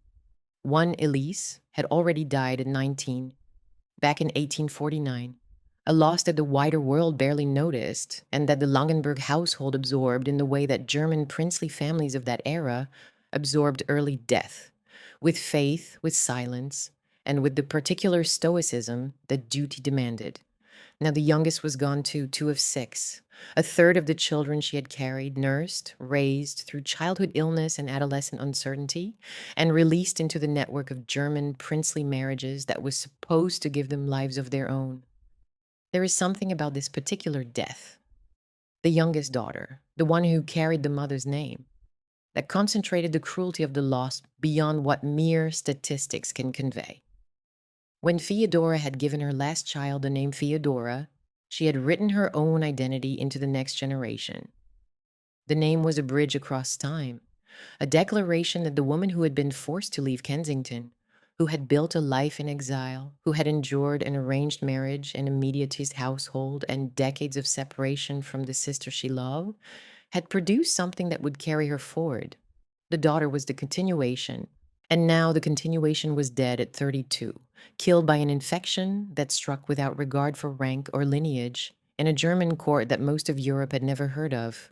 Feodora's response to her daughter's death was not silent or composed. She wrote about it to Victoria, as she had written about everything that mattered for over 4 decades, and the words she used carried the particular desolation of a mother who has outlived a child and can find no framework of faith or philosophy adequate to the fact. She expressed the wish that the Lord would let her depart soon. That sentence should be held carefully because it is not a casual expression of grief or a formulaic piety.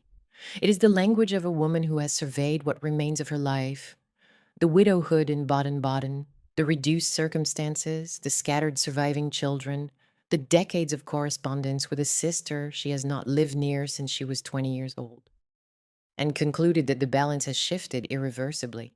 The losses now outweigh the reasons to remain. She was not suicidal in the clinical sense that a modern physician might recognize. She was exhausted in the existential one, exhausted by the accumulation of separations, diminishments, and bereavements that had been compounding since the day she walked out of Kensington Palace as a bride in 1828.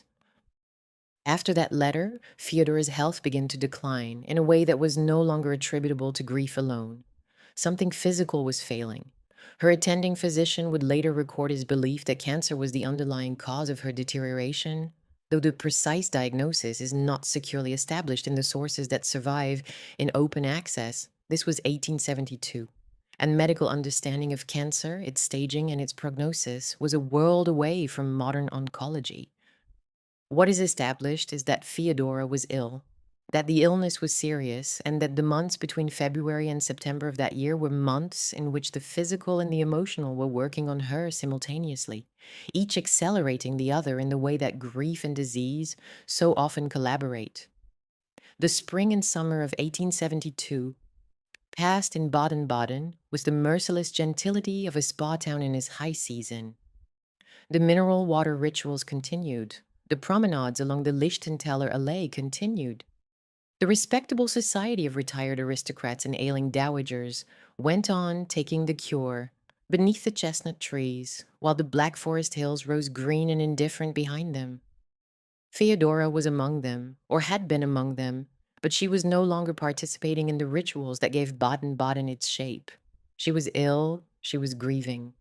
She was a 64-year-old widow whose youngest child had just died, whose body was failing, and whose connection to the wider world had narrowed to the letters she still received from across the Channel, and the memories she carried of a life that had begun in a palace in London and was ending in rented rooms in a spa town in the Black Forest. The woman who had once written to Victoria with sharp political observations about revolution in Stuttgart, who had described unemployment and unrest with the precision of someone who understood power and its fragility, was now confined to a diminishing world of sick room and correspondence. If she continued to write to Victoria through those final months, and the evidence suggests the correspondence persisted, though possibly growing shorter, less frequent, marked by the physical difficulty of a woman whose strength was leaving her, the letters would have carried a different weight entirely. Not the weight of analysis or advice or the shared intimacies of motherhood. The weight of a body failing and a mind that had already said its farewell to hope. To understand what September 1872 felt like on Victoria's side of the Channel, you have to know what had just happened inside the British royal household, because the Queen was not arriving at Feodora's death from a position of emotional strength. She was arriving from another crisis, another near death, another confrontation with the fact that the people she loved could be taken from her without warning or appeal. In the final months of 1871, the Prince of Wales, Albert Edward, called Bertie, Victoria's eldest son and heir, had fallen critically ill with typhoid fever at Sandringham. Typhoid.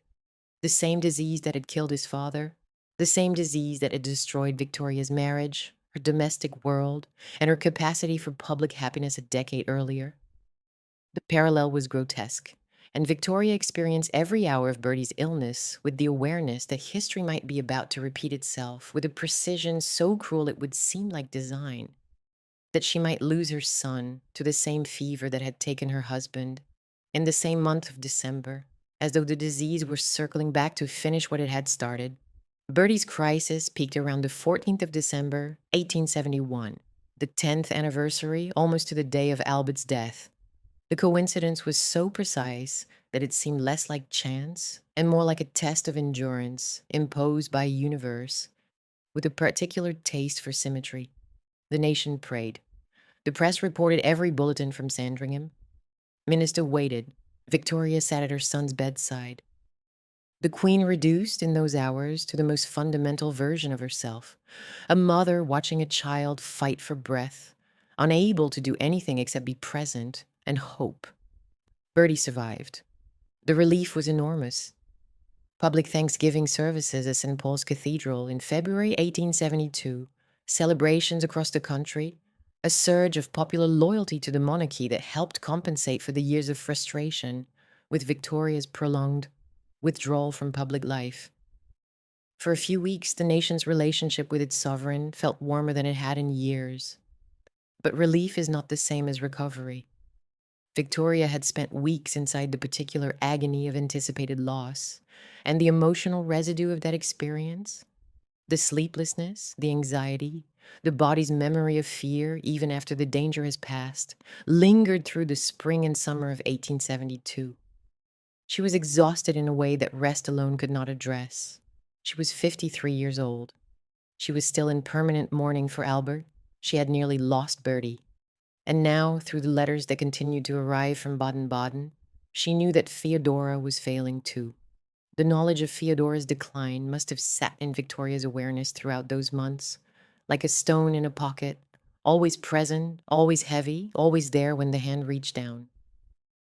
The letters from Germany had been carrying intimations of illness for months. Feodora's wish to depart, expressed after young Feodora's death in February, would have reached Victoria and been absorbed into the Queen's already burdened emotional landscape. Victoria knew, she knew that the woman who had held her hand in Kensington Gardens was dying in a spa town in the Black Forest, and that the distance between them, the same distance that had defined their entire adult relationship, meant that she could not be there. She could not sit beside her sister's bed the way she had sat beside Bertie's. She could not hold the hand that had once held hers. She could only wait for the letters to come, each one carrying the possibility that it would be the last. So by September, Victoria was at Balmoral, the Scottish estate that she and Albert had built together in the 1850s, the granite and tartan retreat in Aberdeenshire that embodied their shared vision of domestic simplicity amid wild Highland landscape. Balmoral was supposed to be the place where the Queen rested, where the rhythms of court life slowed to the pace of the Dee flowing past the castle and the deer moving on the hills above. The household was smaller than at Windsor or Buckingham Palace. The days were quieter. The mountains rose around the estate with the indifferent permanence of stone and weather, and the September light was already carrying the amber weight of the coming autumn. Victoria moved through those days surrounded by the domestic apparatus of a sovereign in residence, the equerry, the ladies in waiting, the private secretary managing the red boxes that continued to arrive from London by dispatch, the children and grandchildren who were present for the autumn stay. She walked, she wrote, she managed, she carried, as she had carried for 11 years, the ongoing weight of Albert's absence and the knowledge that another absence was approaching. The 23rd of September, 1872, a Monday, Balmoral Castle, Aberdeenshire, the Scottish autumn settling over the Cairngorms and the valley of the Dee, the river running cold and clear below the castle, the birch trees beginning to turn, the heather already past its peak on the moors above. Inside the castle, the morning routines proceeded: breakfast, correspondence, the daily rhythms of a household that functioned with the quiet efficiency of an institution accustomed to managing royal life at a distance from the capital. There would have been the usual papers, there would have been the usual domestic arrangements, there would have been the ordinary texture of a September morning in the Highlands, unremarkable in every particular, the kind of morning that would not be remembered at all except for what interrupted it. And then the message arrived. A telegram from Germany. By 1872, the telegraph network connected the major cities of Europe, and news of a death in Baden-Baden could reach the Scottish Highlands within hours rather than the days that a letter would have required. The telegram would have been brought to the Queen by a member of the household, a private secretary perhaps, or an equerry, and it would have been brief in the way that telegrams were brief, compressed, factual, stripped of everything except the information that needed to be conveyed. Princess Feodora of Hohenlohe-Langenburg was dead. She had died at Baden-Baden on the morning of the 23rd of September. She was 64 years old. The distance between the telegram's arrival and Victoria's understanding of what it meant was probably very small. A matter of seconds, the time it takes to read a sentence and feel its meaning settle into the body. Victoria had been expecting this. She had known Feodora was ill. She had known on some level that the letters from Baden-Baden had been carrying the slow approach of an ending. But knowing that someone is dying is not the same as knowing they're dead. The telegram converted possibility into fact, and the fact was irreversible. Victoria received the news, and what she wrote in her journal, the journal she had kept obsessively since girlhood, the journal that served as her most private record of every day she lived, is the sentence the entire documentary has been building toward. She described Feodora as her only sister, and then she wrote the words that contain the whole thesis of this story in a single image. Feodora had been the last link with her childhood and youth. That sentence needs to be heard not as rhetoric, but as diagnosis. Victoria was not reaching for a fine phrase or a conventional expression of bereavement. She was naming a structural fact about her own life with the precision that her journal demanded. When Feodora died, there was no longer any living person on earth who had known Victoria before the crown. No one who remembered the walks in Kensington Gardens, the Duchess on one side, Feodora on the other, the little girl between them. No one who had shared the suffocating household under Conroy. No one who had known what the girl was like before she became the symbol. No one who could say, "I was there. I remember. I held your hand." Every other witness was dead. The Duke of Kent, gone since 1820. The Duchess of Kent, gone since 1861. Conroy, gone since 1854. Albert, gone since 1861. The governesses and nursemaids, the household servants, the people who had populated the rooms of Kensington Palace in the 1820s, all of them gone, taken by the years, absorbed back into the earth. Feodora had been the last, and now Feodora was gone too. There is a beat of stillness here that the documentary must honor. After the telegram, after the journal entry, after the words have been written and the pen set down, a moment in which the Queen sits in her room at Balmoral and the fact of what has happened settles into her body. The mountains are still there outside the window. The river is still running. The servants are still moving through the corridors. The red boxes are still waiting. Nothing in the external world has changed. Everything in the internal world has been reconfigured. Victoria is now the sole surviving witness to her own childhood. Every memory she carries of the years before the crown, the walks, the gardens, the hand in her hand, the suffocating rooms, the mother's anxiety, the sister's warmth, exists only inside her now. When she dies, those memories will die with her. There is no one left to confirm them, no one left to say, yes, that is how it was.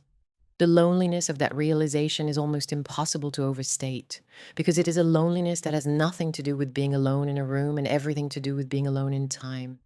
Victoria was surrounded by people. She had children, grandchildren, a growing collection of great grandchildren who would eventually number in the dozens.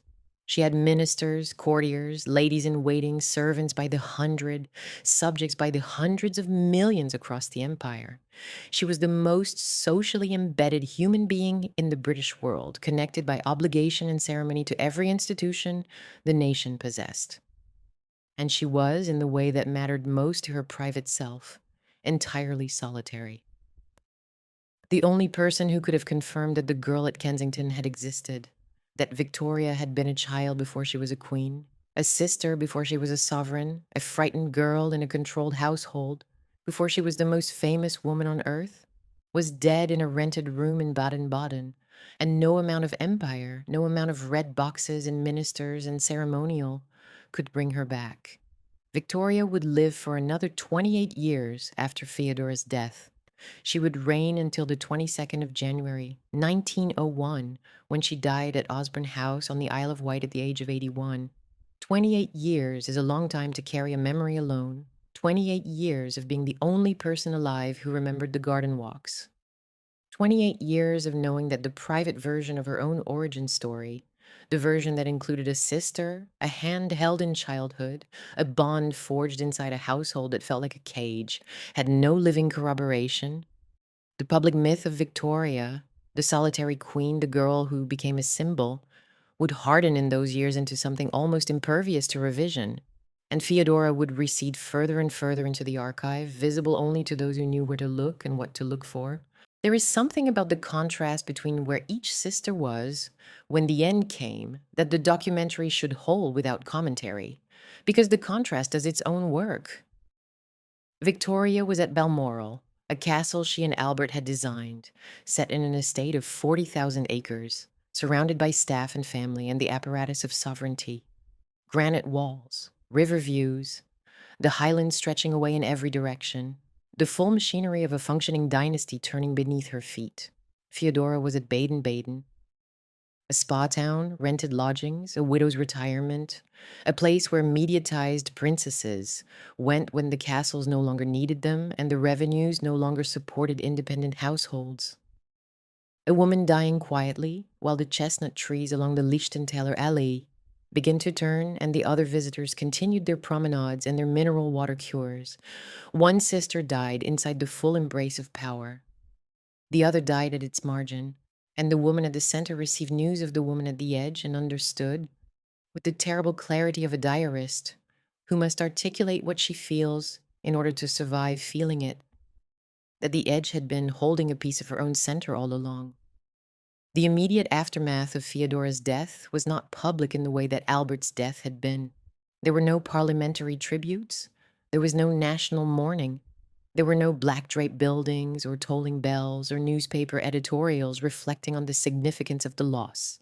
The court circular would have noted it, a line, perhaps two, recording the death of Her Serene Highness, the Princess of Hohenlohe-Langenburg, half-sister to Her Majesty.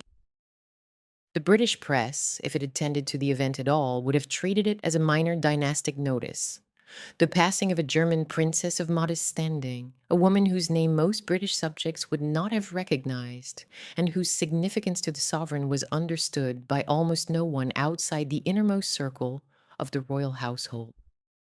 In the public world, Feodora's death occupied the space of a footnote. In the private world of the Queen, it was a catastrophe. Victoria's mourning for Feodora was expressed through the medium she had always trusted most and the one that best suited a grief too private for public ceremony, the written word. In the days and weeks that followed, Victoria did not commission a monument or a state memorial. She did not order the court into the elaborate formal mourning that had followed Albert's death. The year of deep black, the year of half mourning, the rigid protocols that governed the household's dress and social conduct. Feodora's death did not call for that kind of public performance. It called for something else, an act of private preservation, intimate and deliberate.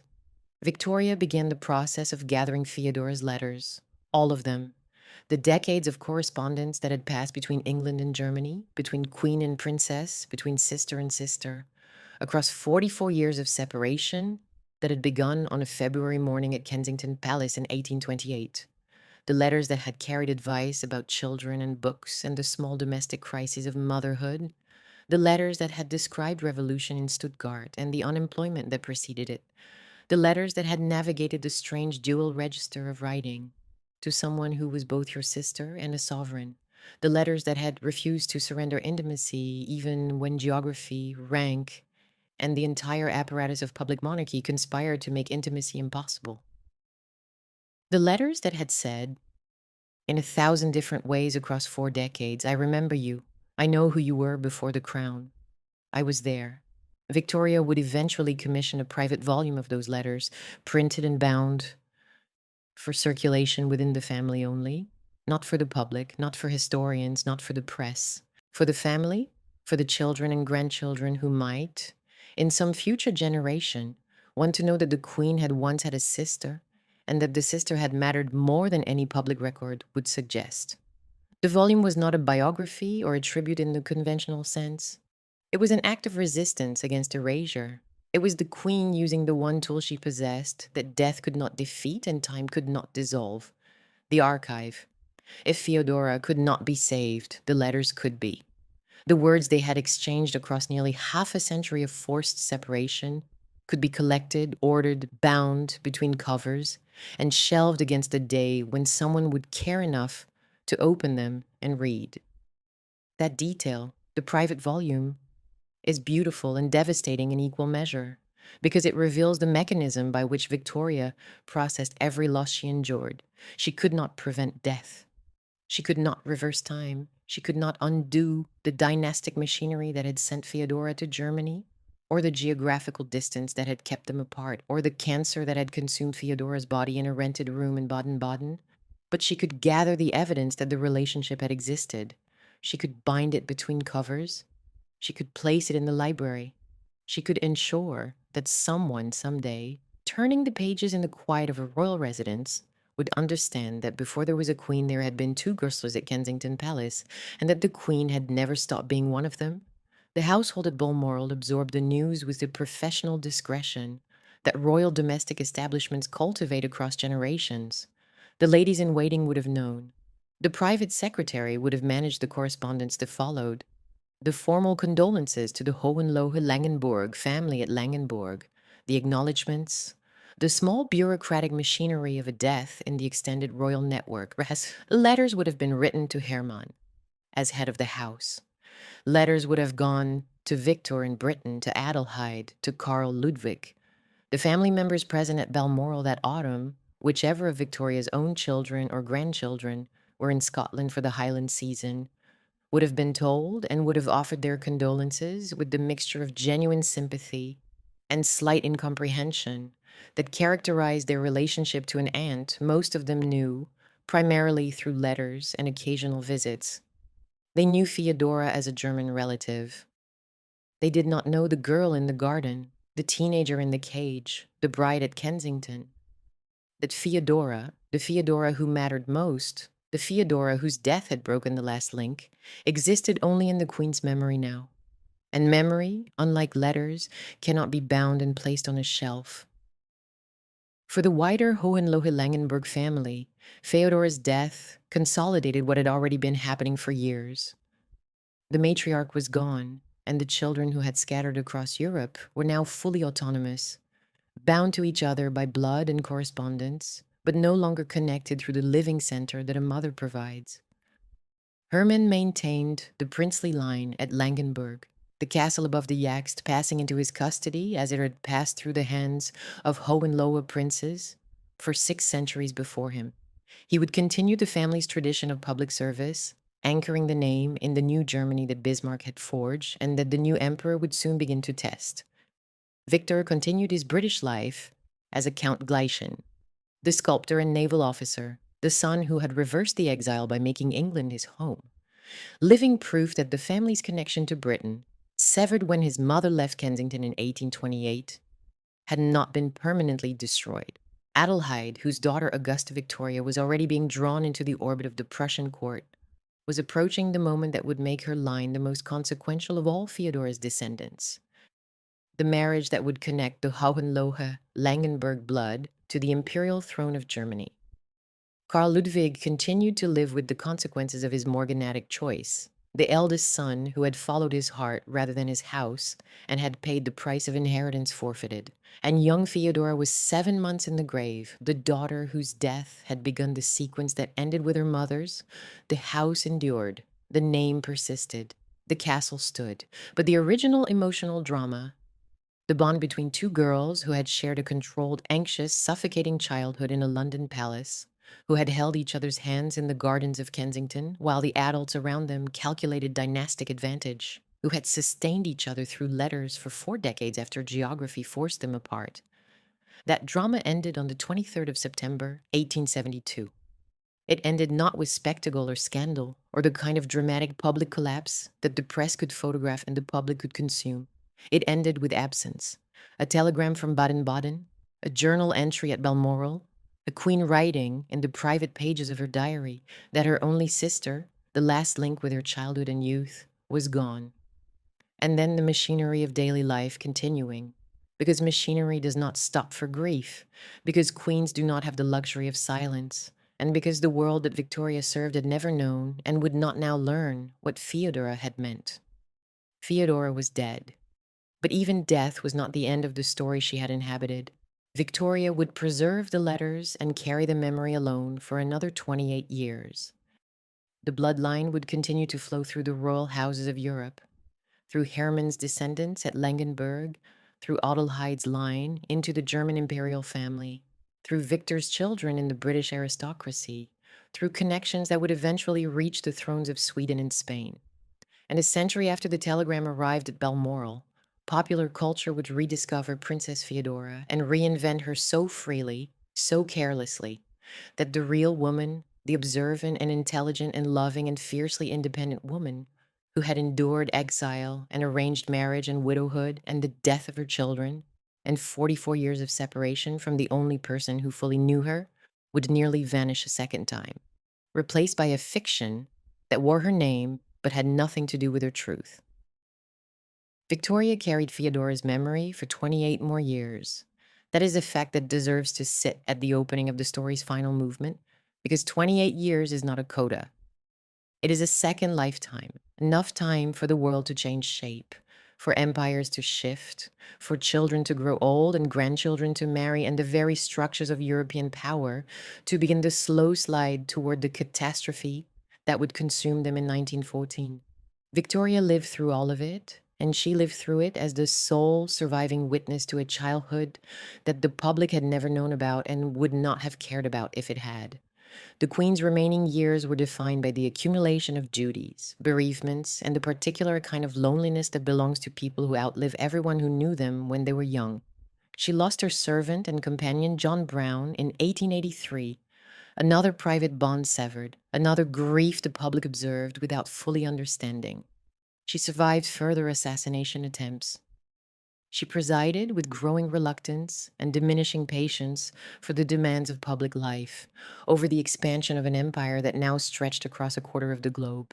She celebrated her golden jubilee in 1887, 50 years on the throne, and the streets of London filled with subjects who cheered a woman most of them had never seen in the flesh.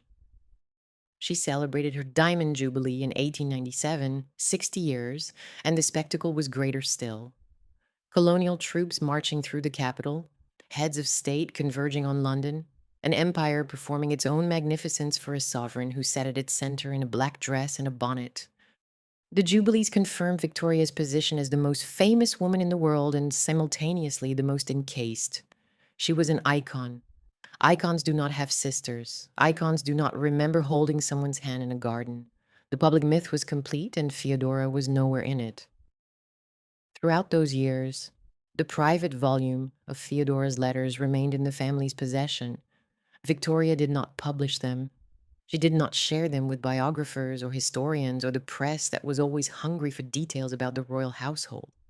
The letters were a private inheritance, bound and shelved, meant for the eyes of the people who carried the family's blood and might someday want to understand the relationship that had shaped the Queen's inner life more profoundly than any state occasion or parliamentary crisis. The letters survived. The woman who had written them did not, and the gap between what the letters preserved and what the public understood about Victoria's origins widened with every year, until the idea that Victoria had begun alone, that this solitary girl queen was the whole truth of her childhood, became so embedded in the national mythology that it required deliberate scholarship to dislodge. Meanwhile, the Hohenlohe-Langenburg family continued to move through the currents of European history in ways that Feodora, from her final rooms in Baden-Baden, could not have anticipated. Hermann, the son who had assumed the principality after Karl Ludwig's morganatic forfeiture, proved to be exactly the kind of steady, capable head of house that a mediatized German family required in the era of Bismarck's empire. He served in positions of political and administrative responsibility that placed the Hohenlohe-Langenburg name within the machinery of the new unified Germany. He married and produced children, the next generation, the generation that would carry the name into the 20th century and through the upheavals of two world wars. The castle above the Jagst remained the family seat, managed, maintained, and inhabited as it had been for centuries. Hermann's life was not dramatic in the way that his mother's had been. It was functional, it was dutiful, it was the quiet persistence of a lineage that had outlasted the political structures that had once given it sovereignty. Victor, Count Gleichen, continued to live the British life that his mother had been denied. He sculpted, he exhibited, he moved through the upper reaches of Victorian and Edwardian society with the ease of a man who had chosen his country rather than merely inherited it. His marriage to Laura Williamina Seymour anchored him permanently in the English world, and his children, half German, half English, carrying a title that had been anglicized into something the London drawing rooms could pronounce, represented the quiet merging of two worlds that Feodora's exile had split apart. Victor's artistic career was not incidental. He produced public sculpture, including a statue of Alfred the Great at Wantage that still stands. And his work was taken seriously by the Victorian art establishment. He was that rare thing, a minor royal who built a genuine professional life outside the constraints of dynastic duty.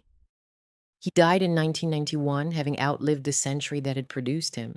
His life in Britain was, perhaps, the closest thing to a happy ending that Feodora's story produced.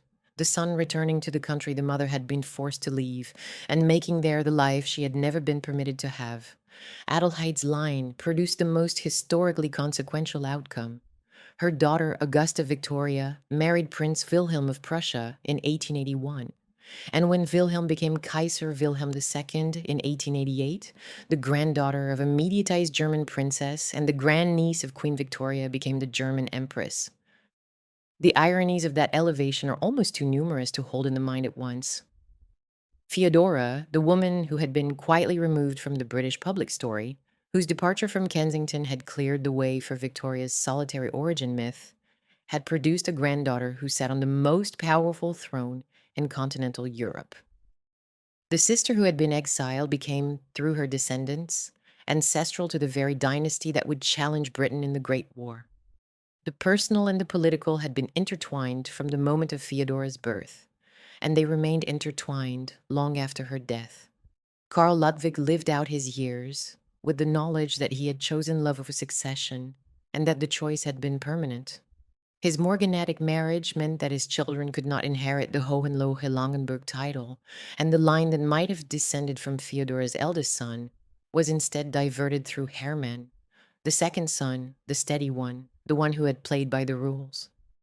Karl Ludwig's choice was not a scandal in the explosive sense. It was a private decision with dynastic consequences, absorbed by the family with the discretion that such matters demanded. But it echoed the pattern that ran through the whole story. The family's code demanded conformity, and the people inside it demanded to be human. And the cost of that demand was always paid by someone. Victoria herself died on the 22nd of January 1901 at Osborne House on the Isle of Wight. She was 81 years old. She had reigned for 63 years and 216 days, the longest reign in British history at that point. Her death marked the end of an era so thoroughly identified with her name that the world that followed felt, to those who had lived through it, like a different civilization entirely. The Edwardian age began. The empire persisted for a time. The family that Victoria and Albert had built, 9 children, 42 grandchildren, a web of dynastic connections that stretched across every major throne in Europe, continued to multiply and marry and reproduce. But the woman who had carried Feodora's memory alone for 28 years was gone, and with her went the last living consciousness that had known what the name Feodora truly meant, not as a genealogical entry or a footnote in a royal biography, but as a hand held in a garden, a letter opened with anticipation, a voice from across the channel that said, "I remember who you were before the world decided who you had to be." The cultural afterlife of Princess Feodora has been thin, intermittent, and frequently inaccurate. A pattern that would not have surprised the woman herself, who spent her adult life watching the world pay attention to her sister and none to her. The most substantial biographical treatment came in 1967, when Harold A. Albert published a volume titled Queen Victoria's Sister: The Life and Letters of Princess Feodora. The book drew on the family papers and the commemorative letter collections that Victoria had commissioned, and it represented the first serious attempt to bring Feodora out of the archival shadows and into the light of historical narrative. It was a work of careful scholarship rather than popular sensation, and it reached a readership that was, by the standards of the mass market, small. Feodora remained a specialist interest, the kind of historical figure that scholars of the Victorian period knew about and the general public did not. In fiction, John Plady's novel Victoria Victorious used Feodora sympathetically, incorporating her into a narrative that took Victoria's perspective but acknowledged the sister's emotional importance. The novel was part of Plady's broader project of historical fiction about the British monarchy, and it treated Feodora with the warmth that the historical record supported. The most visible modern reimagining came in season 3 of ITV and PBS's Victoria, the television drama in which Jenna Coleman played the young queen. Kate Fleetwood was cast as Feodora, and the series presented her as a meddling, dramatic figure, a scheming older sister whose return to the British court created tension and intrigue. PBS promoted the character in those terms. The portrayal was vivid and watchable. It was also, by the standards of the surviving historical evidence, wrong. The real correspondence between the sisters shows warmth, loyalty, political intelligence, and enduring affection, not the corrosive jealousy or manipulative scheming that the television version required for dramatic purposes. The show needed a villain, or at least an antagonist, and Feodora was convenient.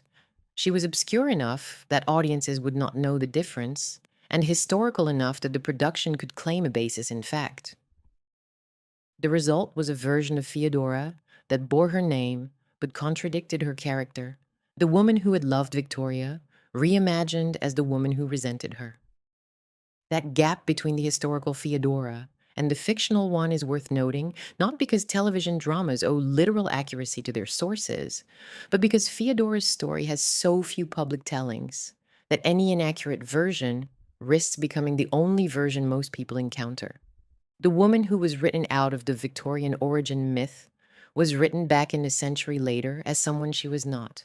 She vanished twice, once from the public image of Victoria's childhood and once from the truth of her own character. What remains is unusually concrete for so private a story. Schloss Langenburg still stands on its spur above the river Yaxt, its walls carrying the weight of 8 centuries of continuous habitation by the Hohenlohe family. It is not a ruin or a museum piece closed behind velvet ropes. It is a living household, open to visitors in part, but still functioning as the residence of the Prince of Hohenlohe-Langenburg. The castle that Feodora entered as a bride in 1828, the castle where she raised 6 children and wrote her letters to Victoria and endured 32 years of respectable, constrained, autonomous life, is still there. The library that was built during her lifetime is still there. The views over the Jags Valley are unchanged.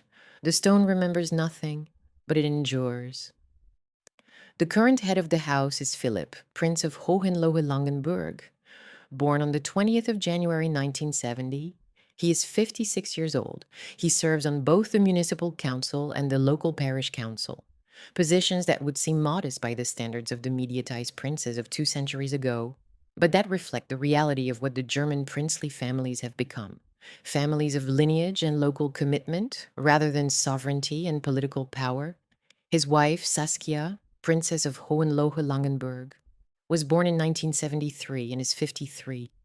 Their children, Max Leopold, born in 2005, Gustav, born in 2007, and Marita, born in 2010, are the latest generation to carry the name that Feodora brought into the family when she married Ernst in 1828.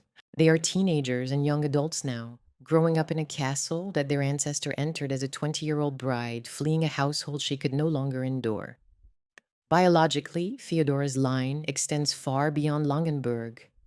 Through Adelheid and the marriage to Frederick of Schleswig-Holstein, Feodora is ancestral to King Carl XVI, Gustav of Sweden, and to King Felipe VI of Spain.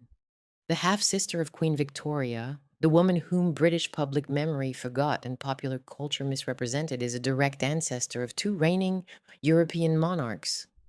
The dynasty did not merely survive, it multiplied. The woman who was removed from the center of the British story dispersed across the entire European map. Kensington Palace still stands in London, still a royal residence, still open to visitors who come to learn about Victoria's childhood and the early years of the monarchy. The rooms where Feodora and Victoria grew up together, where Conroy tightened his grip and the Duchess fretted, and two sisters held each other's hands against a world that had decided only one of them was valuable. Those rooms are still there, interpreted for the public, presented as part of Victoria's story. Whether Feodora's name appears in the interpretation panels, whether the guides mention the sister who walked in the gardens and wrote the letters and survived the exile, depends on which version of the story the curators chose to tell. The palace remembers Victoria.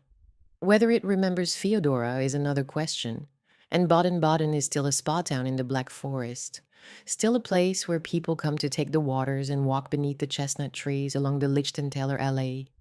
The rented rooms where Feodora died on the 23rd of September, 1872, are long since absorbed back into the town's architecture, unmarked, unremembered by any plaque or memorial.